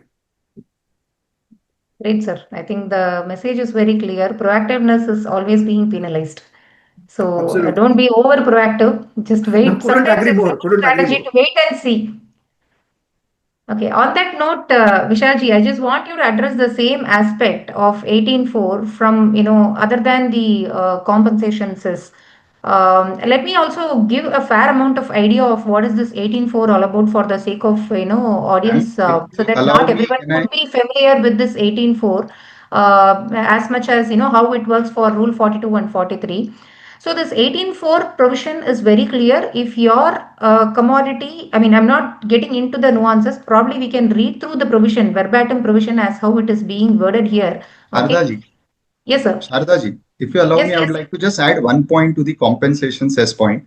Yes, please, please. Though you are asking me to go to the other aspects of 18.4, Yes. just to add to Shankara Narayanan sir's views, that yes, I think waiting game is more better, because at least I am very hopeful, considering the intent that there should be some clarification and a positive clarification how we got for discount. But in the meantime, let us say this wait is extending too long and there is some dispute. So if I have to take a stand to defend myself, I just have a pointer, which again I'll request all the panelists to share their views on, that we are applying compensation cess section 11 to say that all relevant provisions of CGST shall apply to compensation cess mutatis mutandis, and that is from where we are drawing section 18.4 to compensation cess act. However, if I go to the definition under section 2 of compensation cess act, there is no definition of exempt supply. There is no definition of non-taxable supply, though very mindfully they have taken the definition of taxable supply. Interestingly, there is section 2 bracket 2 of the compensation cess act, which says that the definitions other than the above, which are not covered here in compensation cess 2.1, shall be taken respectively from CGST act, but over there the word mutatis mutandis is not used. Now, if I read it in this manner, when they are saying mutatis mutandis section 2 bracket 2 of compensation cess act, they are not using the word mutatis mutandis. So when you are borrowing a definition from CGST act as it is without mutatis mutandis, it means I will be borrowing the definition of exempt supply, non-taxable supply from CGST act, saying that it means the supply like non-taxable supply means a supply which is not taxable under the CGST Act or the IGST Act, and the exempt supply to mean all those three elements. Now, interestingly, if this is the case, if this is how I'm developing my understanding, how will 18.4 affect compensation cess reversal, where the Compensation Cess Act does not have an independent definition of exempt supply, non-taxable supply? So can I take a position that, and this I'm just going by overall reading of the law, that when they thoughtfully included the definition of taxable supply to mean supply which is taxable under the Cess Act, why could they not thoughtfully include the definition of non-taxable supply and exempt supply? And if that be the case, can I say that 18.4 though applies to me, but the definition of exempt supply of CGST Act would apply to me, which means only where the goods are nil rated or fully exempt or non-taxable under the CGST Act.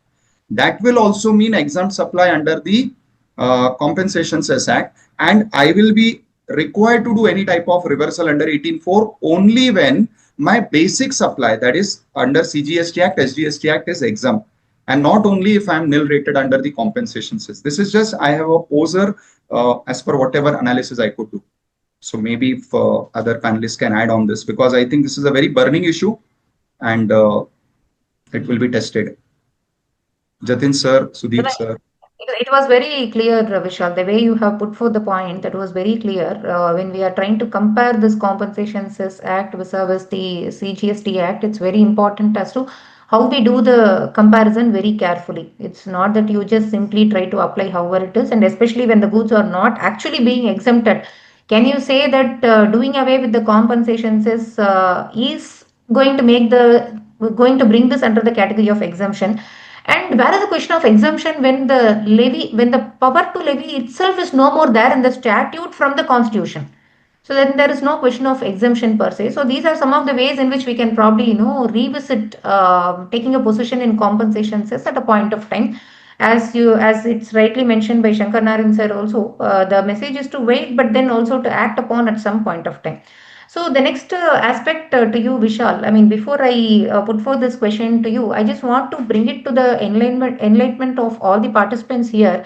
Please understand what is this section 18.4, where any registered person who has availed ITC opts to pay tax under section 10, which is the composition scheme, or where the goods or services are both supplied by him become wholly exempt, he shall pay an amount by way of debit in the electronic credit ledger or cash ledger equivalent to the ITC in respect of inputs held in stock and the semi-finished goods or finished goods and on capital goods by way of the 5% calculation on the day immediately preceding the date of exercising such option. So the point here is it's a very specific provision which is applicable in the case where the taxable goods are moving into a bracket of exempted commodities. Now this would be highly relevant, just like how we have this section 14 which is right now into limelight. This section 18.4 is also into limelight because it's a very specific provision for these kind of transitions. And the provision also says that provided that after payment of such amount, the balance of ITC, if any, lying in his electronic credit ledger shall lapse. Now, let me give 2-3 instances as example. Example number 1, hotel accommodation, where from 12% with ITC, it is now moving to without ITC 5%. But how do you foresee the seasonal rate variation? So right now, let's say from April till now, I have always been doing only, the hotel rates has always been less than 7,500. But does it mean that is how it is going to be forever? I may also have a seasonal variation down the line. So in that scenario, can I say it's wholly exempted? Question number 1. The second scenario is where I'm dealing with multiple products, but then let's say 90% of my products are getting into exemption. And I still have 10% which is taxable at some rate of tax, and ITC is also eligible. On those lines, whether I need to apply the provisions of section 18.4, because the wordings used in section 18.4 are something like, any registered person who has availed and supplied by him become wholly exempt. So reading all these words, whether this provision should be applied only in a context where all the goods and services that you're dealing with are getting into exemption category, or even if there is a partial or a significant portion that is getting into exemption category. Let's take a third scenario wherein all my business goods and services are all moving to the exempted category, whereas I also have, as a single registered person, I also have some commercial rental income on which I am paying GST. So from the registered person's perspective, I still have one service, which is my rental income service, on which I am paying taxes. So I cannot call myself that, as a registered person, all my goods and services are now being exempted, because I still have some service on which I am paying taxes. So let's look at it from these, very, very simple, straightforward transactions point of view. Should I be applying the provisions of section 18.4 or not? I'm sorry for taking a bit of time in this, because I thought it's very important to give an understanding before we even throw the question. Otherwise, it will be somewhere above the head. Yeah, thank you for the detailed explanation, ma'am. So if I go the specific issue wise, when it comes to hotel industry, I believe 18.4 should not trigger, because 18.4, if I'm reading verbatim, it is very clearly applicable when my supplies have become wholly exempt. And in case of hotel industry, or first pointer, I don't think we can say that only because the rate notification says it is 5% without ITC, it has become wholly exempt. So I think 18.4 will not trigger in a scenario like hotel industry, where the rate has been reduced to 5%, maybe with the condition of without ITC. When I come to the other scenarios, Sorry to interrupt, Vishal. One point here is, even the notification, at the end of the notification in the explanation clause, it is very clear, but then the reference is only to section 17.2. So are we trying to say that the reference is only to the proportionate common credit reversal, and hence it does not attract this 18.4? yeah, that is, in fact, that is what was the point I was also going to add on, that that particular rate notification specifically requires a reversal, if I'm not wrong, under part B of that notification relating to 17.2. It is referring only to 17.2. So I believe 18.4 should not be triggered. But I think even before I go to the rate notification, if I'm first, because I should first read the law itself does not takes me to 18.4 for this particular scenario. So this is my first take on the hotel industry part. And yes, adding to what you said, that the rate notification also is not referring to 18.4, it is only referring to 17.2. Now the issue boils up more with the second category. In fact, the third category, according to me, is also simple, where everything is becoming exempt. Again, I think 18.4 is a clear-cut answer. I think the major issue is, like in case of many of these school-related product industries, or the industries which are into printing and making these notebooks and registers, where some of these goods have been shifted to 0%, or they have been made exempt. In such cases, whether 18.4 applies. Now, I'm happy that you have shared that 18.1D. If I first see the counter of 18.4, it is 18.1D. So in 18.1, they have covered the scenarios where you are moving from non-taxable to taxable, composition to regular, and exempt to taxable. And this is what I think they have tried to do reverse in case of 18.4. Now, when I see 18.1, the interesting part is 18.1 has made different categorization. Clause A, Clause B are for unregistered to registered. Clause C is for composition to regular, and Clause D is for exempt to taxable. Now, if I read the lower part of your slide, which is about 18.1D, it says that where exempt supply of goods or service by a registered person becomes a taxable supply, such person shall be entitled to take credit input in respect of inputs held in stock, inputs contained in semi-finished goods, etc., etc. Now, the most important part is this word, relatable to such exempt supply. Now, when I read 18.1D, the inference which I am getting is 18.1D is qua product service, which were earlier exempt and now have been categorized or made taxable. But now when I read 18.4, because they have merged 18.4 for both categories, that is regular to composition and taxable to exempt, that is where I feel somewhere there is some mix-up in the actual intention and the drafting. It could have been much better had they made again subcategorization like 18.1. But if I read this 18.4, just I'm reading verbatim, so that we can draw some analogy, what at least I am having, where any registered person who has availed of input trade opts to pay tax under 10, or where the goods, services, or both supplied by him becomes wholly exempt. Now, there is one more discussion going on, ki wholly exempt means what, whether it will include nil rated. I'm just not going into that, because that is not the question which you have asked. So he pays an amount by way of debit in the electronic credit ledger or cash ledger equivalent to, now here they are saying equivalent to credit of input tax in respect of inputs held in stock or contained in semi-finished goods, finished goods held in stock, capital goods. Here they have not used the word relatable to that taxable supply. Now, had they used this word relatable to that taxable supply, I believe this section would have been more complete and more relatable. But when I read this, and especially when I read the proviso, this is where the whole understanding, at least from my side, changes. The proviso says, provided that after the payment of such amount, so even if I am doing product wise reversal, let us say, the balance of input credit, if any, lying in the electronic credit ledger shall lapse. Now, this is where this 18.4 sounds to be more qua the registered person. Also, interestingly, here they have said that the reversal shall be in the manner prescribed. Now, what is the manner prescribed? The manner prescribed is Rule 44. Now, if you by chance, if you have it on the screen, when you read Rule 44, I'll just read from my screen. I've just opened it. So, Rule 44, the starting part says, Rule 44.1, the amount of input credit relating to inputs held in stock contained in semi-finished goods, finished goods, capital goods held in stock. Now, the most important part. For the purpose of subsection 4 of 18, that is this section, or subsection 5 of 29, it means they are providing the same mechanism for two scenarios. One is 18.4 and one is 29.5. Now, 29.5 we all know is the scenario dealing with cancellation of registration. Now, when I read this, the inference which I am getting that the manner which is provided under Rule 44 cannot be qua the product. So, how I am interpreting 18.4 with the proviso of 18.4 and reading it with the manner provided, that is Rule 44, is that 18.4 should apply or will correctly apply when only my entire business shifts from taxable to exempt.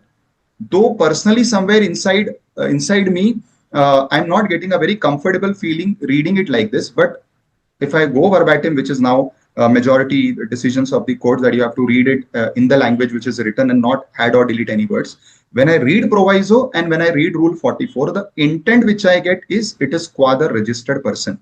So here then the second part, if you can go to the next slide where you have raised the 3 pointers. So first part I am clear from my side. For hotel industry, no 18.4 applies. For third part, I am very clear 18.4 will apply. Only the challenge is in the second part, where you have said few out of multiple goods and services are exempt. If I interpret 18.4 with its proviso and Rule 44, I get an inference that 18.4 should not apply. Now, then from the side of the department, if I have to also think that they will not be comfortable reading 18.4 like this, but I feel somewhere 17.2 read with Rule 42 at least will help them get the reversal done. As I explained in my previous question discussion, that when I go to the annual reversal, somewhere even my opening stocks as on the date of change gets automatically covered, at least if they are purchased post 1st April. So somewhere they will be getting the reversal in some manner. This is my understanding, but I think others can add. So I've given you pinpointed answer. Agreed, Vishal ji. See, from a calculation perspective, at least when it comes to the input and input services, it could be only a matter of timing difference. But honestly, the issue is larger when it comes to the capital goods. Because when you have a significant investment in the capital goods and you are expected to reverse at some point of time, which otherwise you would have probably taken it over a period of this 60 months rule, the question here is, should I actually be making the reversal over the period of 60 months or should I make the reversal right away? That is exactly where the question arises. Shankara Narayanan sir's advice that I will not be, and your words also, I'll not be over proactive. I will not reverse it, and let's see, because anyways, if I'm not utilizing the credit, at least I'll save on the interest part. So maybe my caution word would be not to reverse, and if possible, not to utilize the credit, so that at least you are protected, and maybe wait for 1 or 2 years still, at least some other, see, this advice is for those who do not want to take any challenge of litigation on themselves. I'm sure in 1 or 2 years we'll be having some rate decisions, and in that some clarity would come. But if you are asking me, my understanding as on date is I will not ask you to reverse, at least as per my understanding of the law, as I explained and discussed with you all. Okay, completely aligned. In fact, we have a similar provision in SENVAT credit rules also, wherein we have similar judgments as well, that it applies only when there is a, the entire set of goods are getting shifted to exemption. So any other speaker would like to add any point here, because it's a very significant or a very important point. Otherwise, we can move to the last 2 questions, and we also need to have some time for the Q&A. Okay, fine. So fair enough. Let me understand that all of us are kind of aligned, or maybe even if we have a difference of opinion, we are agreeing to disagree. So on that note, the last 2 questions that I have here is, one is for Sudhir sir. Let's keep it very, very short. The question here is, Sir, yes, now that this provisional refund, everything is being provided. But the question here is, why don't we still not have a very clear cutoff date for the 60 days? Instead of us being given this, provisional refund, I think it is fairly a better proposition, even if they insist on the 60 days refund with a very clear cutoff along with the interest, penalization as well. So, how do you see this whole thing, sir? See, one is from a statement from a business friendly point of view, they are bringing up such provisions and giving it. At the same time, the officers also are not very keen to give you an early refund, not only because they don't trust the particular taxpayer, but because there could be a possibility of erroneous refund or an ineligible refund which has been taken.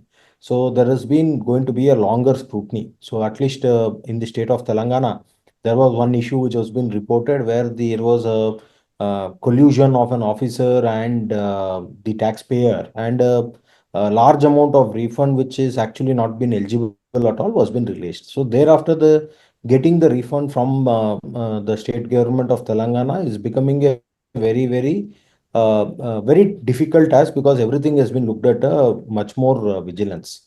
So although this is a very good move for the business friendly India, but at the same time, because of all the taxpayer are not being honest as what they're required to be, so there is going to be not that smooth flow is what I understand. So unless until you get yourself categorized and have some sort of the star ranking which is there in the FTP and all, and you become that sort of a classification, and making the refund, I think, should be looked at. Absolutely, sir. This is one area where I'm keeping the hopes very low, because unless we see two things: one, yes, really the money comes into the bank account. Second thing is, we don't really see this way getting blocked down the line, at least in the next 1 year. If we don't see the government reversing in that decision, only then we can probably be more confident of this decision way forward. Otherwise, it's going to be a short-lived one. So the last question to you, Shankara Narayanan sir, is on this, section 34 versus this section 15, where the amendments are being linked now. So how do you think the practical establishment of this is going to happen? Do you think IMS would be helpful on these lines? Sorry if I can request you for a quick, brief answer on this, sir. Sure. IMS, I'm not sure whether it will help. It is only complicating the situation, whereby people reject credit notes, they accept invoices. So I'm not touching on IMS. I'm not expecting IMS to solve this problem. But in a way, this is resulting in a positive direction, because one, I see 15.3b, the requirement of the pre-agreement and the agreement should have been there in the first place, where there is a amendment in the law that is being proposed. We are having only the information that is passed on in the press release. So as per that, they want to remove that condition. So which is a welcome move. But if you look at that 15.3b in itself, there are three conditions in two clauses, and it has been proved that out of these three conditions, already by circular number 212, they have accepted that there is no mechanism to find out whether the other party has reversed the ITC or not. Hence, we request you to go in for a closure by getting a certificate. 5 lakhs, lesser than 5 lakhs, more than 5 lakhs, circular number 212. Now the other condition is being dropped. So the only other condition I think that is going to survive out of 15.3b is it should be linked to invoices that has already bear the brunt by way of the amendments to the GST return portal from May 2019. Since that time, they have stopped the linking of one invoice to one credit note process. So it is only an offline record that needs to be maintained by the taxpayer. So I believe it is slowly deteriorating into a three condition becoming one condition, or that one condition also can be taken up as a choice. Hence, I feel it is a step in the right direction, provided it is interpreted by the officers in the same way. Agreed, sir. Thank you. So I think Arun sir, you have raised your hand. Sir, I I think understand that we are running out of time. no, not running out of time, madam. We need to go for a question and answer session. We need a lot of questions in the chat box. Before that, when starting the VISHAL sir stating that for reversal of that credit or changing the MRP and other things, we need to have a cost working. We can go with that cost working. Whether when we already some of the product when it is early stages, there may be their MRP, their pricing may be the lower, very less at the time of introducing the product. But when because of this rate reversal, they may get some cushion in that within that dealer price and MRP price. They may have some cushion in that. Whether it means when my cost, I have a proper costing sheet. Whether with that costing sheet we cannot alter, we are not required to alter that MRP, sir. Whether it will attract some actions from department.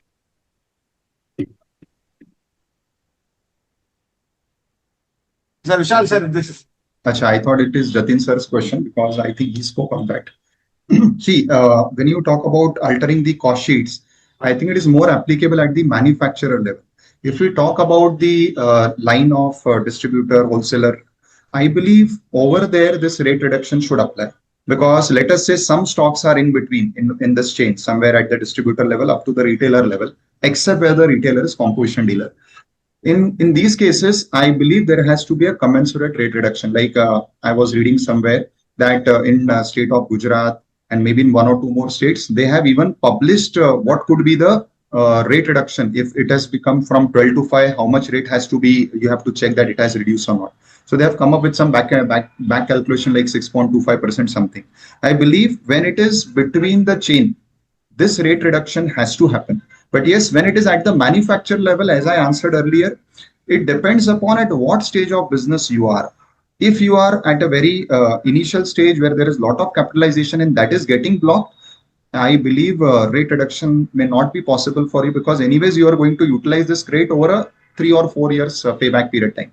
Now that also is getting blocked. So I don't think it will come up with a rate reduction except where the challenges of business pressure and competition.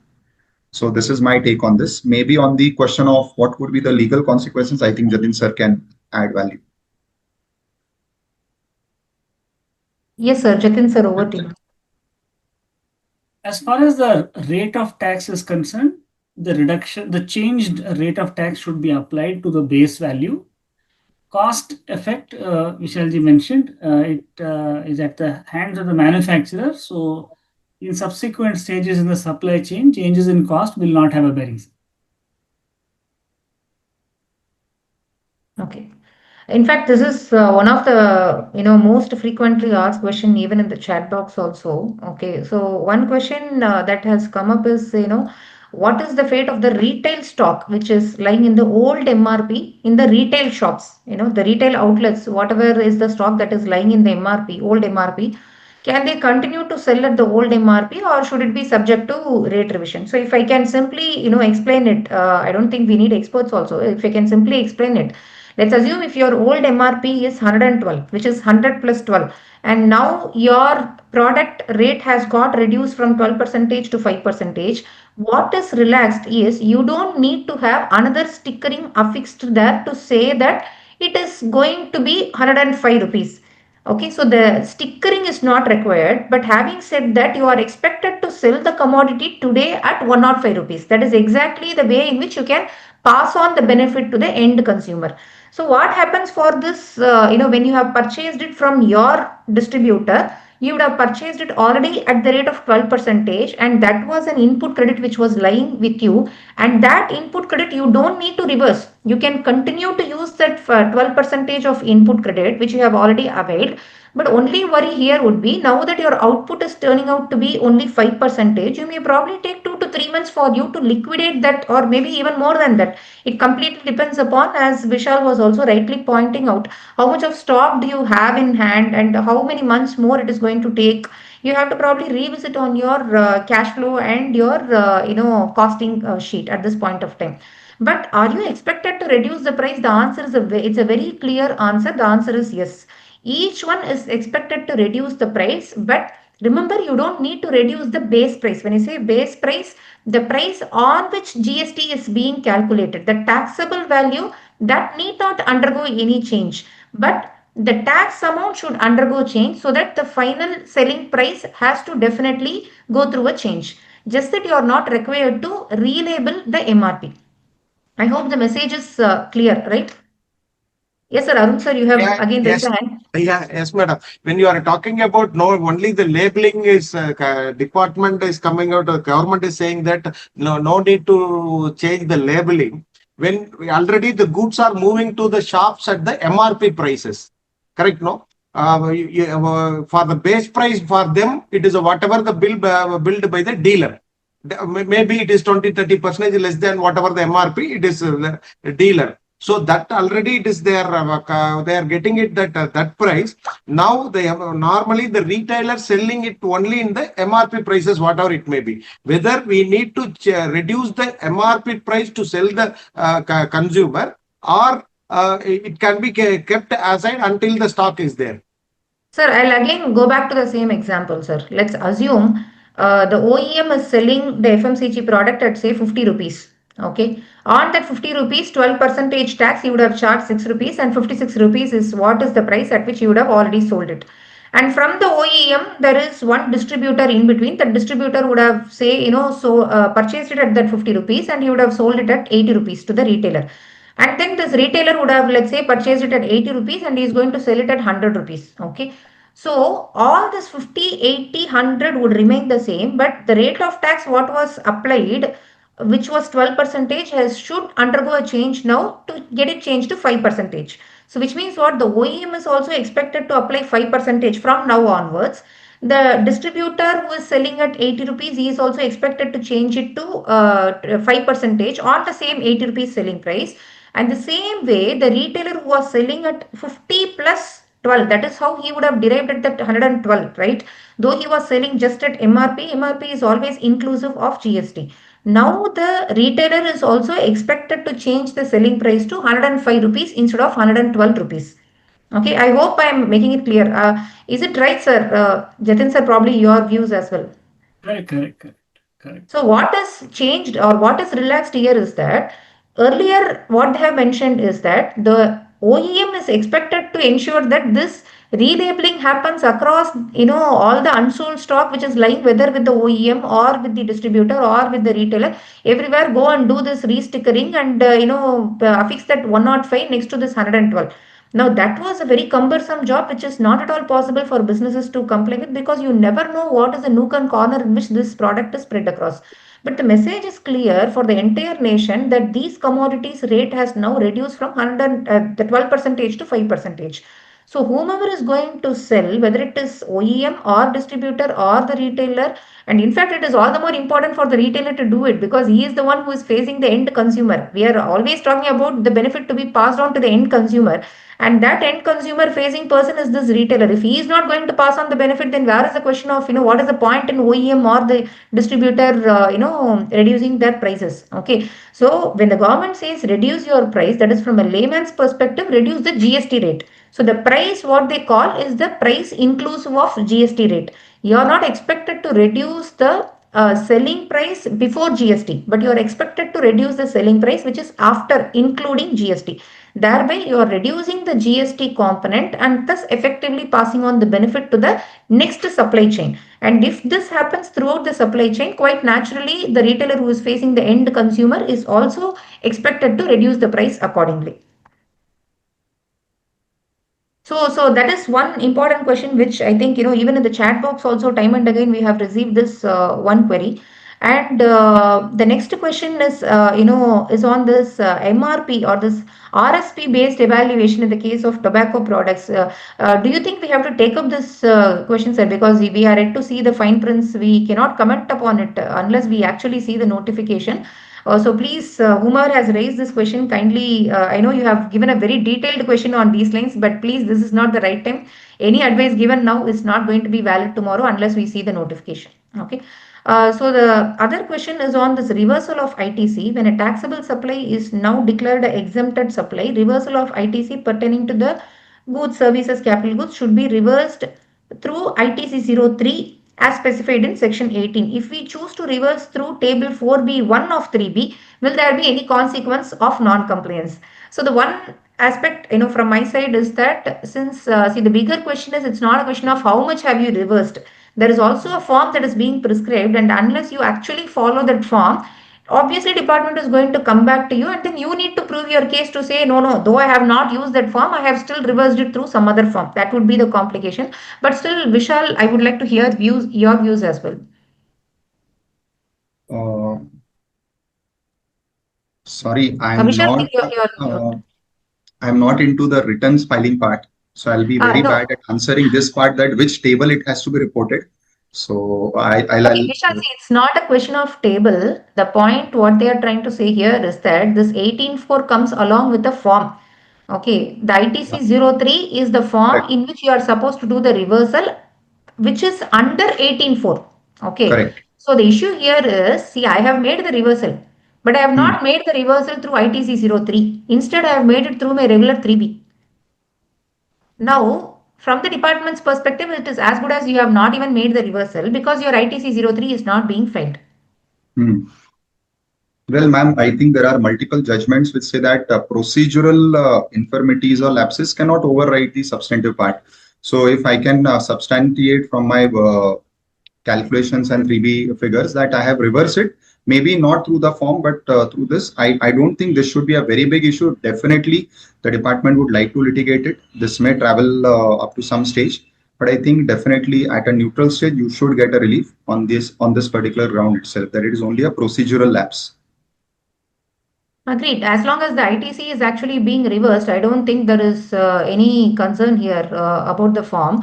But one thing that you may have to be careful here is how do you, I mean, you have to take a very clear stand. The reversal, what you are making, is it under 17.2 or under 18.3? Because you should be very clear in responding on those lines to the, notices as well. Jatin sir, would you like to add something here? Yes, when there is a form prescribed as to how to reverse, traceable to the obligation in a section, please don't use any shortcuts, lethargic approach. Ultimately, if I don't, if I reverse it, it meets the requirements of law, because you will expose yourself to inquiry as to whether at all this reversal is that reversal. Please see, if you want to suffer the consequences for a good few years, couple of stages of appeal, simply because you are lethargic to pick the right form, you're doing the reversal under 18.4. There's a form for reversal under 18.4.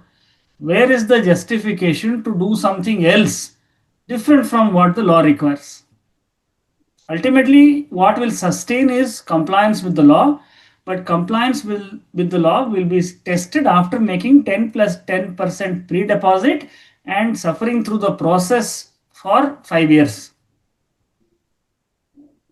Absolutely. Agreed, sir. So when you are anyway ready to comply, why don't you comply in the right form so that you are avoiding the litigation? Either you take a stand to litigate or you take a stand to comply. But having complied, please make sure that you at least do it 100% in the way in which it is being prescribed to avoid litigation. The message is very clear, sir. So, but then, where it could arise is somebody wants to take a cat on the walls, position. I don't want to 100% comply. At the same time, I want to comply to some extent, maybe to the extent I have some credit balance. So these kind of decisions are where people may want to, take some safer zone. Maybe, to this extent, let me do it today. Tomorrow, should I do it further or not? That is a position that I can take at a later point of time. So those are the cases where, probably one may have a concern on these lines. No, then reverse in 4B2 and sit properly on the wall. Don't reverse under 4B1 and pretend to be sitting on the wall. You're not sitting on the wall. So then sitting on the wall, can it be DRC03 then, to be on a most safer side? Reverse in 4B2 as a temporary reversal and sit properly on the wall and face the consequences. If it says 18.4, ITC 03. If it is not 18.4, then 4B1. If you do DRC 3 and they issue DRC 4, you'll still have a notice under 18.4. You have to be very careful. We can't take procedures lightly. So there is that's a very strong and clear message. Please take a very clear position whether you want to litigate, whether you want to comply with, which is the form in which you are going to. It's not just about how much reversal you do. It's also a question of how do you do the reversal. to answer the questions rightly, or even to avoid the questions at a later point of time. So the next one is, on the whether wholly exempt mentioned under section 18.4 is different from total exemption supply definition under section 2. Section 2. Exempt supply is a broader version where wholly exempt is a smaller version where only section level will come. Also, proviso under 18.4 would be applicable when there is nothing which is there in outward and hence lapsing proviso. I mean, I'm not very clear on this question, but one thing that I can probably point out here is, I would say exempt supply is not the broader version. Probably the wholly exempt is a broader version. In fact, when I say wholly exempt, it's not only a question of having one exempted supply, but rather all your list of goods and services are getting exempted. That is one way to read it, as you know, just like how we have this rule 28 where there is still no clarity on what is full input tax credit, we still don't have clarity on what is wholly exempt, okay, versus exempt. So this is one thing where we still have to figure out. But Vishalji, do you have any answers to this question here? Well, I'd already answered this. So if it is in relation to, like, I think my last question that you had put across to me, what I understood from the question is, I think the querist is trying to make out the difference between the definition of exempt supply, which has multiple elements, and out of that, one of the element is wholly exempt under section 11. So I think this is what the querist is trying to point out in this particular query, at least what I have understood. So my understanding is that is too far-stretched definition to read 18.4 very narrowly to cover only the wholly exempt item, which is only covering section 11. I believe, though, yes, there is a drafting slight lethargy, if I can use the word. They could have very well used the word exempt supply in the correct grammatical sense. But I believe that it very well covers the entire exempt supply, not only limited to exempt supplies which are wholly exempt under section 11. This is if I have understood the query properly. Okay. Fair enough. The next question is, would a composite dealer need to reduce the price who is not entitled to ITC? Sir, Jatin sir. See, composite dealer does not collect tax, does not claim input tax credit. One might be surprised, a composition dealer cannot sell at MRP at all. Last 8 years, how many composition dealers are selling below MRP? Composition dealers are mostly selling at MRP. When you cannot be selling at MRP, you have to sell below MRP. And what is the extent to which you are entitled to sell below MRP is to the extent of your margins on your GST on your margins. So therefore, composition taxpayers, please don't assume that you don't have to make any change at which you are selling your product. It has to be below MRP. Therefore, you will continue to sell below MRP. Sir, if you can probably help us with an example, if let's say the MRP of the commodity is 112. I'll give an example. The product is 100 rupees. GST was 12%. Input tax credit was 10 rupees. All right, 100 rupees is the base value without any input credit considered. You're selling it at the MRP is 112. A regular taxpayer will sell at 112, collect 12 rupees, set off 10 rupees and remit 2 rupees as net tax.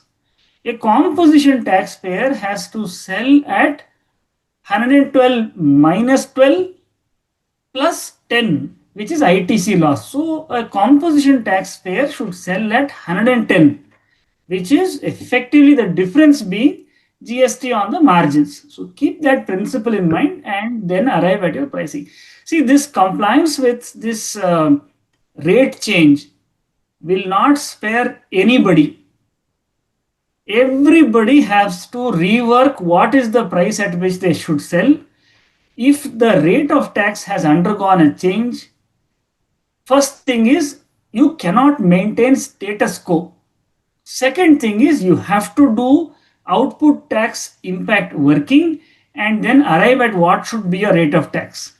Those selling MRP products, those selling with at prices that are driven by IT systems, please keep in mind your historical records will be available for investigation many years later.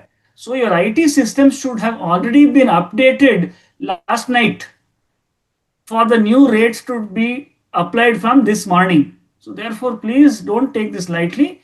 Do the calculation. No one is spared. If your rate of tax, your commodities have been touched by the GST rate cuts this time, you are not spared from a proper exercise to ensure that you are compliant.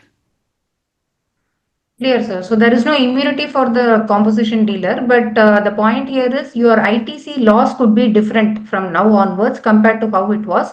So then there is a necessity to recalculate on those lines. And just one more question on these lines, sir. If I'm an unregistered retailer who have already got used to selling at MRP, now should I change my pricing? If you have got into a bad habit, get out of that bad habit fast. Be it an unregistered person or a composition person, there is going to be a reduction in their margins only when they face this 22nd of September. For a registered person, it is going to be a point of indifference because I'm only going to bear the burnt of the tax. Maybe I will have a higher ITC, but there is not going to be a dent in my margin. A composition person will have a dent in the margin, a non-registered person will have a even more severe dent in the margin because they are expected to sell below MRP. The earlier sustained margins could not be sustained in future for them. Thank you, sir. That gives better clarity as well. Sudhir, sir, one question to you is how to issue credit note or debit note for supply made before 22nd September? See, as far as I'm not sure if what scenario requires any increase or decrease in rate that doesn't require any credit note or debit note to be issued for the stock which has been already supplied. So whatever has been invoiced and the stock has been already supplied, that doesn't require. The only thing which is coming up is that where the dealers are required to pass on the benefit and they are reluctant to do so, and the company wants to give they want to market themselves that the benefit has been passed on. They are encouraging by giving a additional discount or a credit note so that this amount will be passed on to the further customer. So if that practice has been incurred, then the credit note has to be issued. But till the amended section 15.3 comes where they are doing away with the condition that you have to have a clause which says that you are eligible for this sort of a discount. Can that discount can be given with some general clauses which has been already factored in the business, then it could be issued connecting to the original invoice which the suppliers have been made. Thank you, sir. That was clear. And one question posted to Shankara Narayanan, sir. We have raised an invoice on 21st September. After that, we gave an additional discount to the customer for which we will issue a credit note. In such a case, how will we deal with cess? Can cess be reversed to the extent of value of the credit note? So the person who is issuing the credit note is only going to increase his balance by issuing the credit note. Correct? The liability is coming down. Are they asking it from the perspective of the person who is going to receive the credit note? Sir, I also read it as issuing credit note only, sir. I also had the same doubt when I read it. Okay, I'll answer from both the perspectives. For the person who is issuing the credit note, it is only going to add to your balance of ITC under the head of compensation cess. For the person who is going to receive it, yes, you will have to reverse it because that is the one which was originally carried in the invoice. So that has to be replaced or that has to have a bearing. It derives its value from the original invoice. So the credit note should also have that reversal. If they have a balance, they can reverse out of it. If they don't have a balance, it's going to be a funny situation. They will have to pay. Clear, sir. Sudhir, sir, one question posed to you is in the case of hotels whose rate has come down to 5%, can they utilize the ITC available in their credit ledger for future months output liability or should they reverse it? I think that again goes back to 18.4, yet your answer, sir. Yeah. Yeah, I think it was already been covered by Vishal also. I think the reversal is not required. That is why I concur with Vishal's analysis on that. So which means they can continue to utilize the credit which they have already availed and that is lying in their credit ledger balance.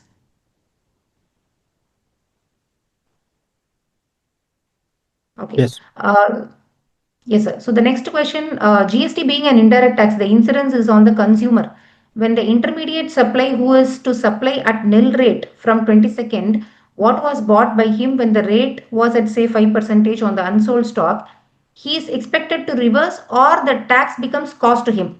Is it not an unjust enrichment by suppliers preceding him and the government which recovered the tax? Will this line of argument survive in courts of law? Vishalji, probably you can take up this question. Uh, well, I think this is very innovative argument, but I don't think such arguments can stand in court of law. And I don't believe anybody is enriched, because had there been no rate reduction, and this final last leg retailer would have sold the goods and would have collected and paid the tax to the government in full. So if any in between leg person is getting the goods are lying at any in between leg, let us say with the wholesaler, and now the rates have been reduced. So I don't believe there is any unjust enrichment on part either of the wholesaler or the government. So I don't believe this particular stand has any legs. Thank you, Vishal. And one question that's coming up is the hotel industries are confused as the change of GST rate from 12% to 5% for accommodation less than 7,500. But what about accommodation less than 1,000, which is exempt from GST?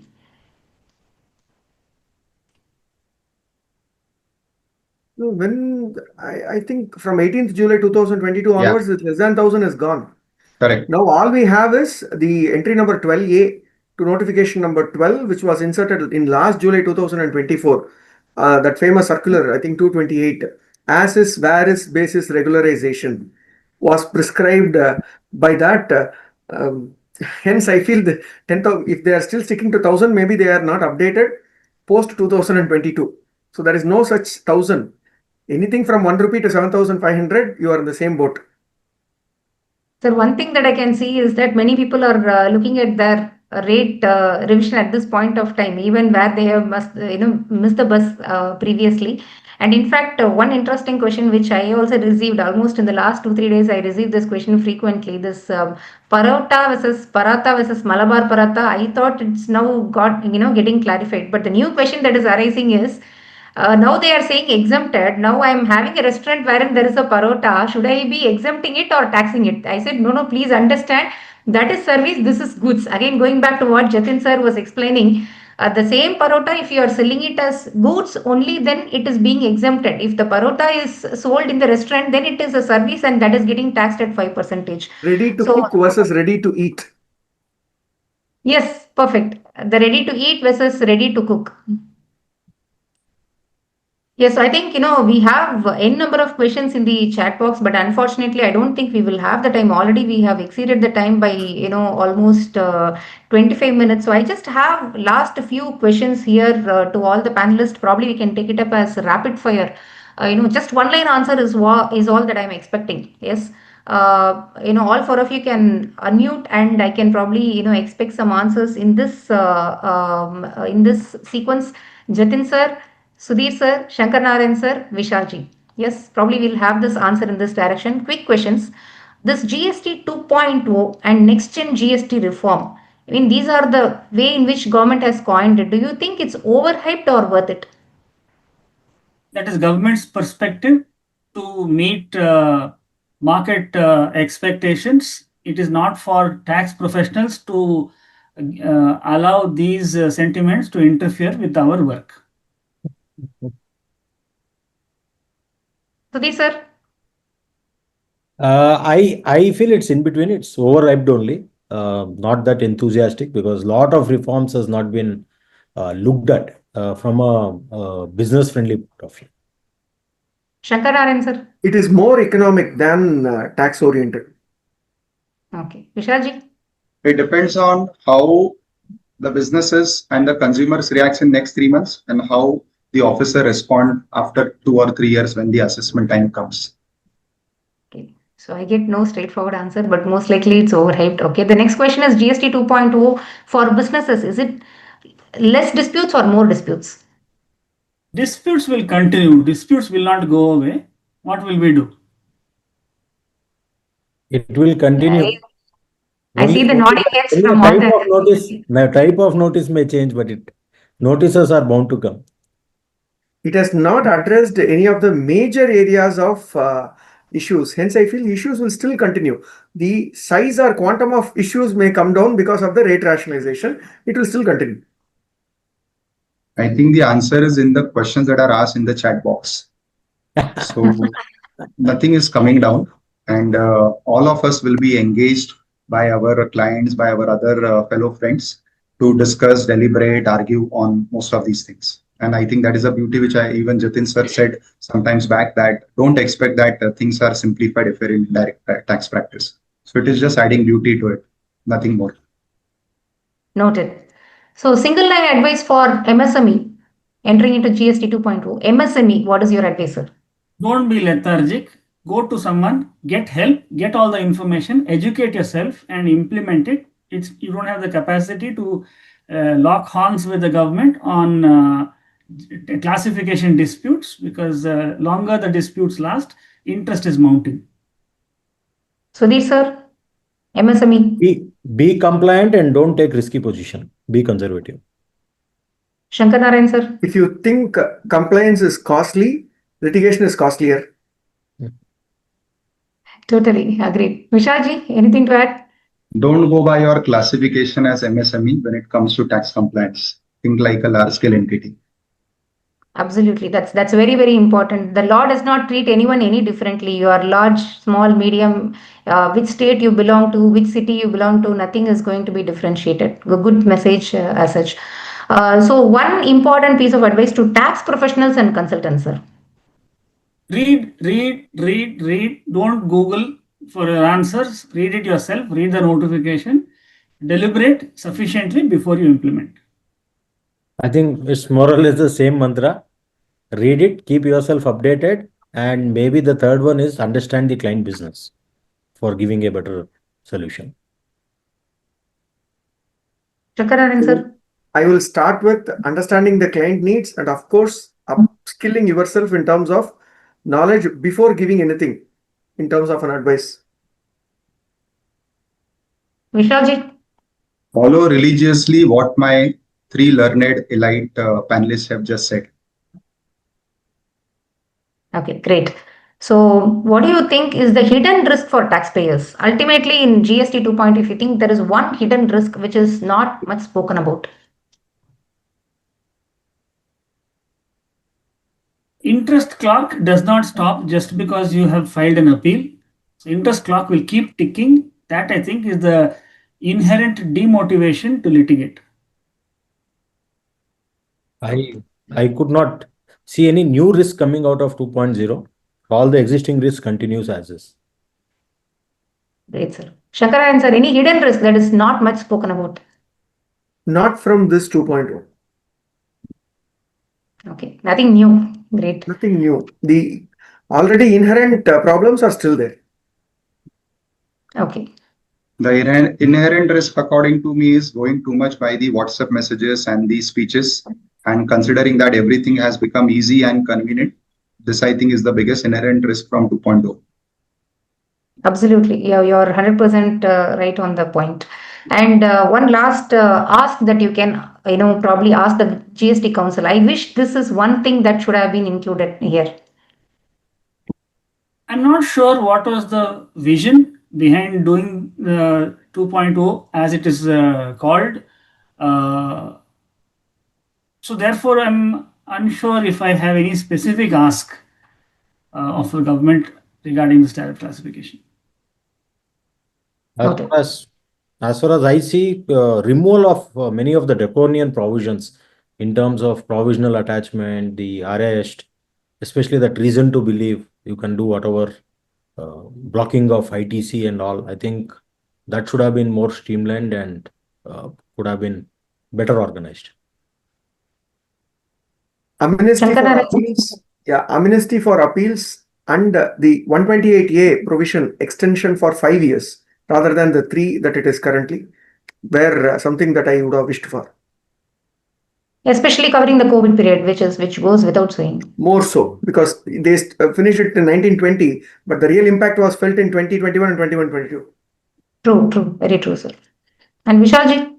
Accountability and cost. or departmental actions. Okay, great. So thank you so much all to all the panelists. It was wonderful. I think personally I enjoyed it really well, and it's a great learning experience for me, honestly. And thanks a lot on behalf of SARC as well. And thank you so much, Jatin sir, Sudhir sir, Shankara Narayanan sir, Vishal ji. I don't think 3 days back I never expected that I would be having this wonderful opportunity, if not for that one call from Arun sir, asking me to moderate it here. I think this would be a life learning experience for me to remember always. Thank you so much, sir. And over to you, Arun sir. Sorry for taking more time than No, what is no, being no, shared. no problem. Thank you, sir. Sir, only one final question. Whether this MRP reduction shall be reported to the legal metrology department by the entrepreneur, it is required. Is there any provision? Is that? The mandate to comply with MRP fixation is on the manufacturer or importer or brand holder. They have to ensure compliance throughout the stages in the supply chain. It's not for individual distributors or retailers to report compliance. Okay, thank you, sir. So thank you, sir, for thank you, Sharadha madam and Jatin sir and Vishal sir, Sudhir sir, Shankara Narayanan sir, on behalf of Indirect Taxation Committee and SIRC for accepting your invitation. Even the GST for 2017 GST itself, still we are not stopping the interpretation. Now it's a GST 2.0. I think it will bring new fresh notices instead of GSTR 133B. Now it is new rate and old rates, taking input credit. These kind of things definitely bring a lot of new notice after 2-3 months or after this year end over. Definitely, we are also plan to have these kind of meetings in 2.0 in the industry wise. So definitely your support and members, those who are all participating, everything is very important for us. So definitely to upskill, it is one of the thanks to technology to reaching out in one stretch within 600, more than 600 members. So without earlier 5-6 years before, to reaching this many people is very difficult. Now it is very easy to reach, and definitely, as said by Jatin said, definitely we need to read out and read. So and learn. That is the only mantra we have as a professional. Definitely, without that, the sustaining in the practicing field is very difficult. With this note, I thank you all the participants and panelists for your wonderful interactions and wonderful inputs to the members. Definitely, your inputs help the members. So even though we are not able to read out all those questions, I think it is there in the YouTube channel. And the members, those who are all want to claim the unstructured CP credit, kindly claim yourself. Because next time we are come out with the DLH from ICA itself, then only it will automatically your unstructured credit will be get credited. This time you credit yourself from this program. So thank you one and all. Thank you all. Thank you, Sir, Arunji. one last thing is, please remember 20th October is Diwali. Your Diwali gift is not any different. 20th October is Diwali, and that is preceded by 18 and 19, which are Saturday, Sunday. So you can expect, tax professionals can expect a different kind of Diwali treat, especially those who are in compliance. And the Navaratri starts with something, and Diwali is going to be something else. So all the very best on that note. Thank you so much. As usual, we will request extension, madam. Don't worry, madam. Sir, as usual, We that will will come only on request whether 20th. we will No get point. is a different question. That is the different. I request, so only we will request. Sir, you will get, sir, you will get it on 20th. That is the point. Only after the Diwali is all over, we will get the extension for 21st. If we can get it much ahead, that would be helpful. And on that is a very specific petition to the regional council member here. Okay, madam. So you know what is the procedure and other things. So definitely government also knows. Thank you. Noted. Thank you. Thank you. Thank you all. Thank you. Thank you all. Thank you, sir. Thank you, Jatin sir, Sudhir sir, Shankara Narayanan sir. Thank you, Arunji. Good day. Thank you. Saradha ma'am, great deliberation. Thank you so much, Vishalji, Shankara Narayanan sir, Sudhir Thank sir, you. and Jatin sir, and all the participants. Thanks a lot. Thank you.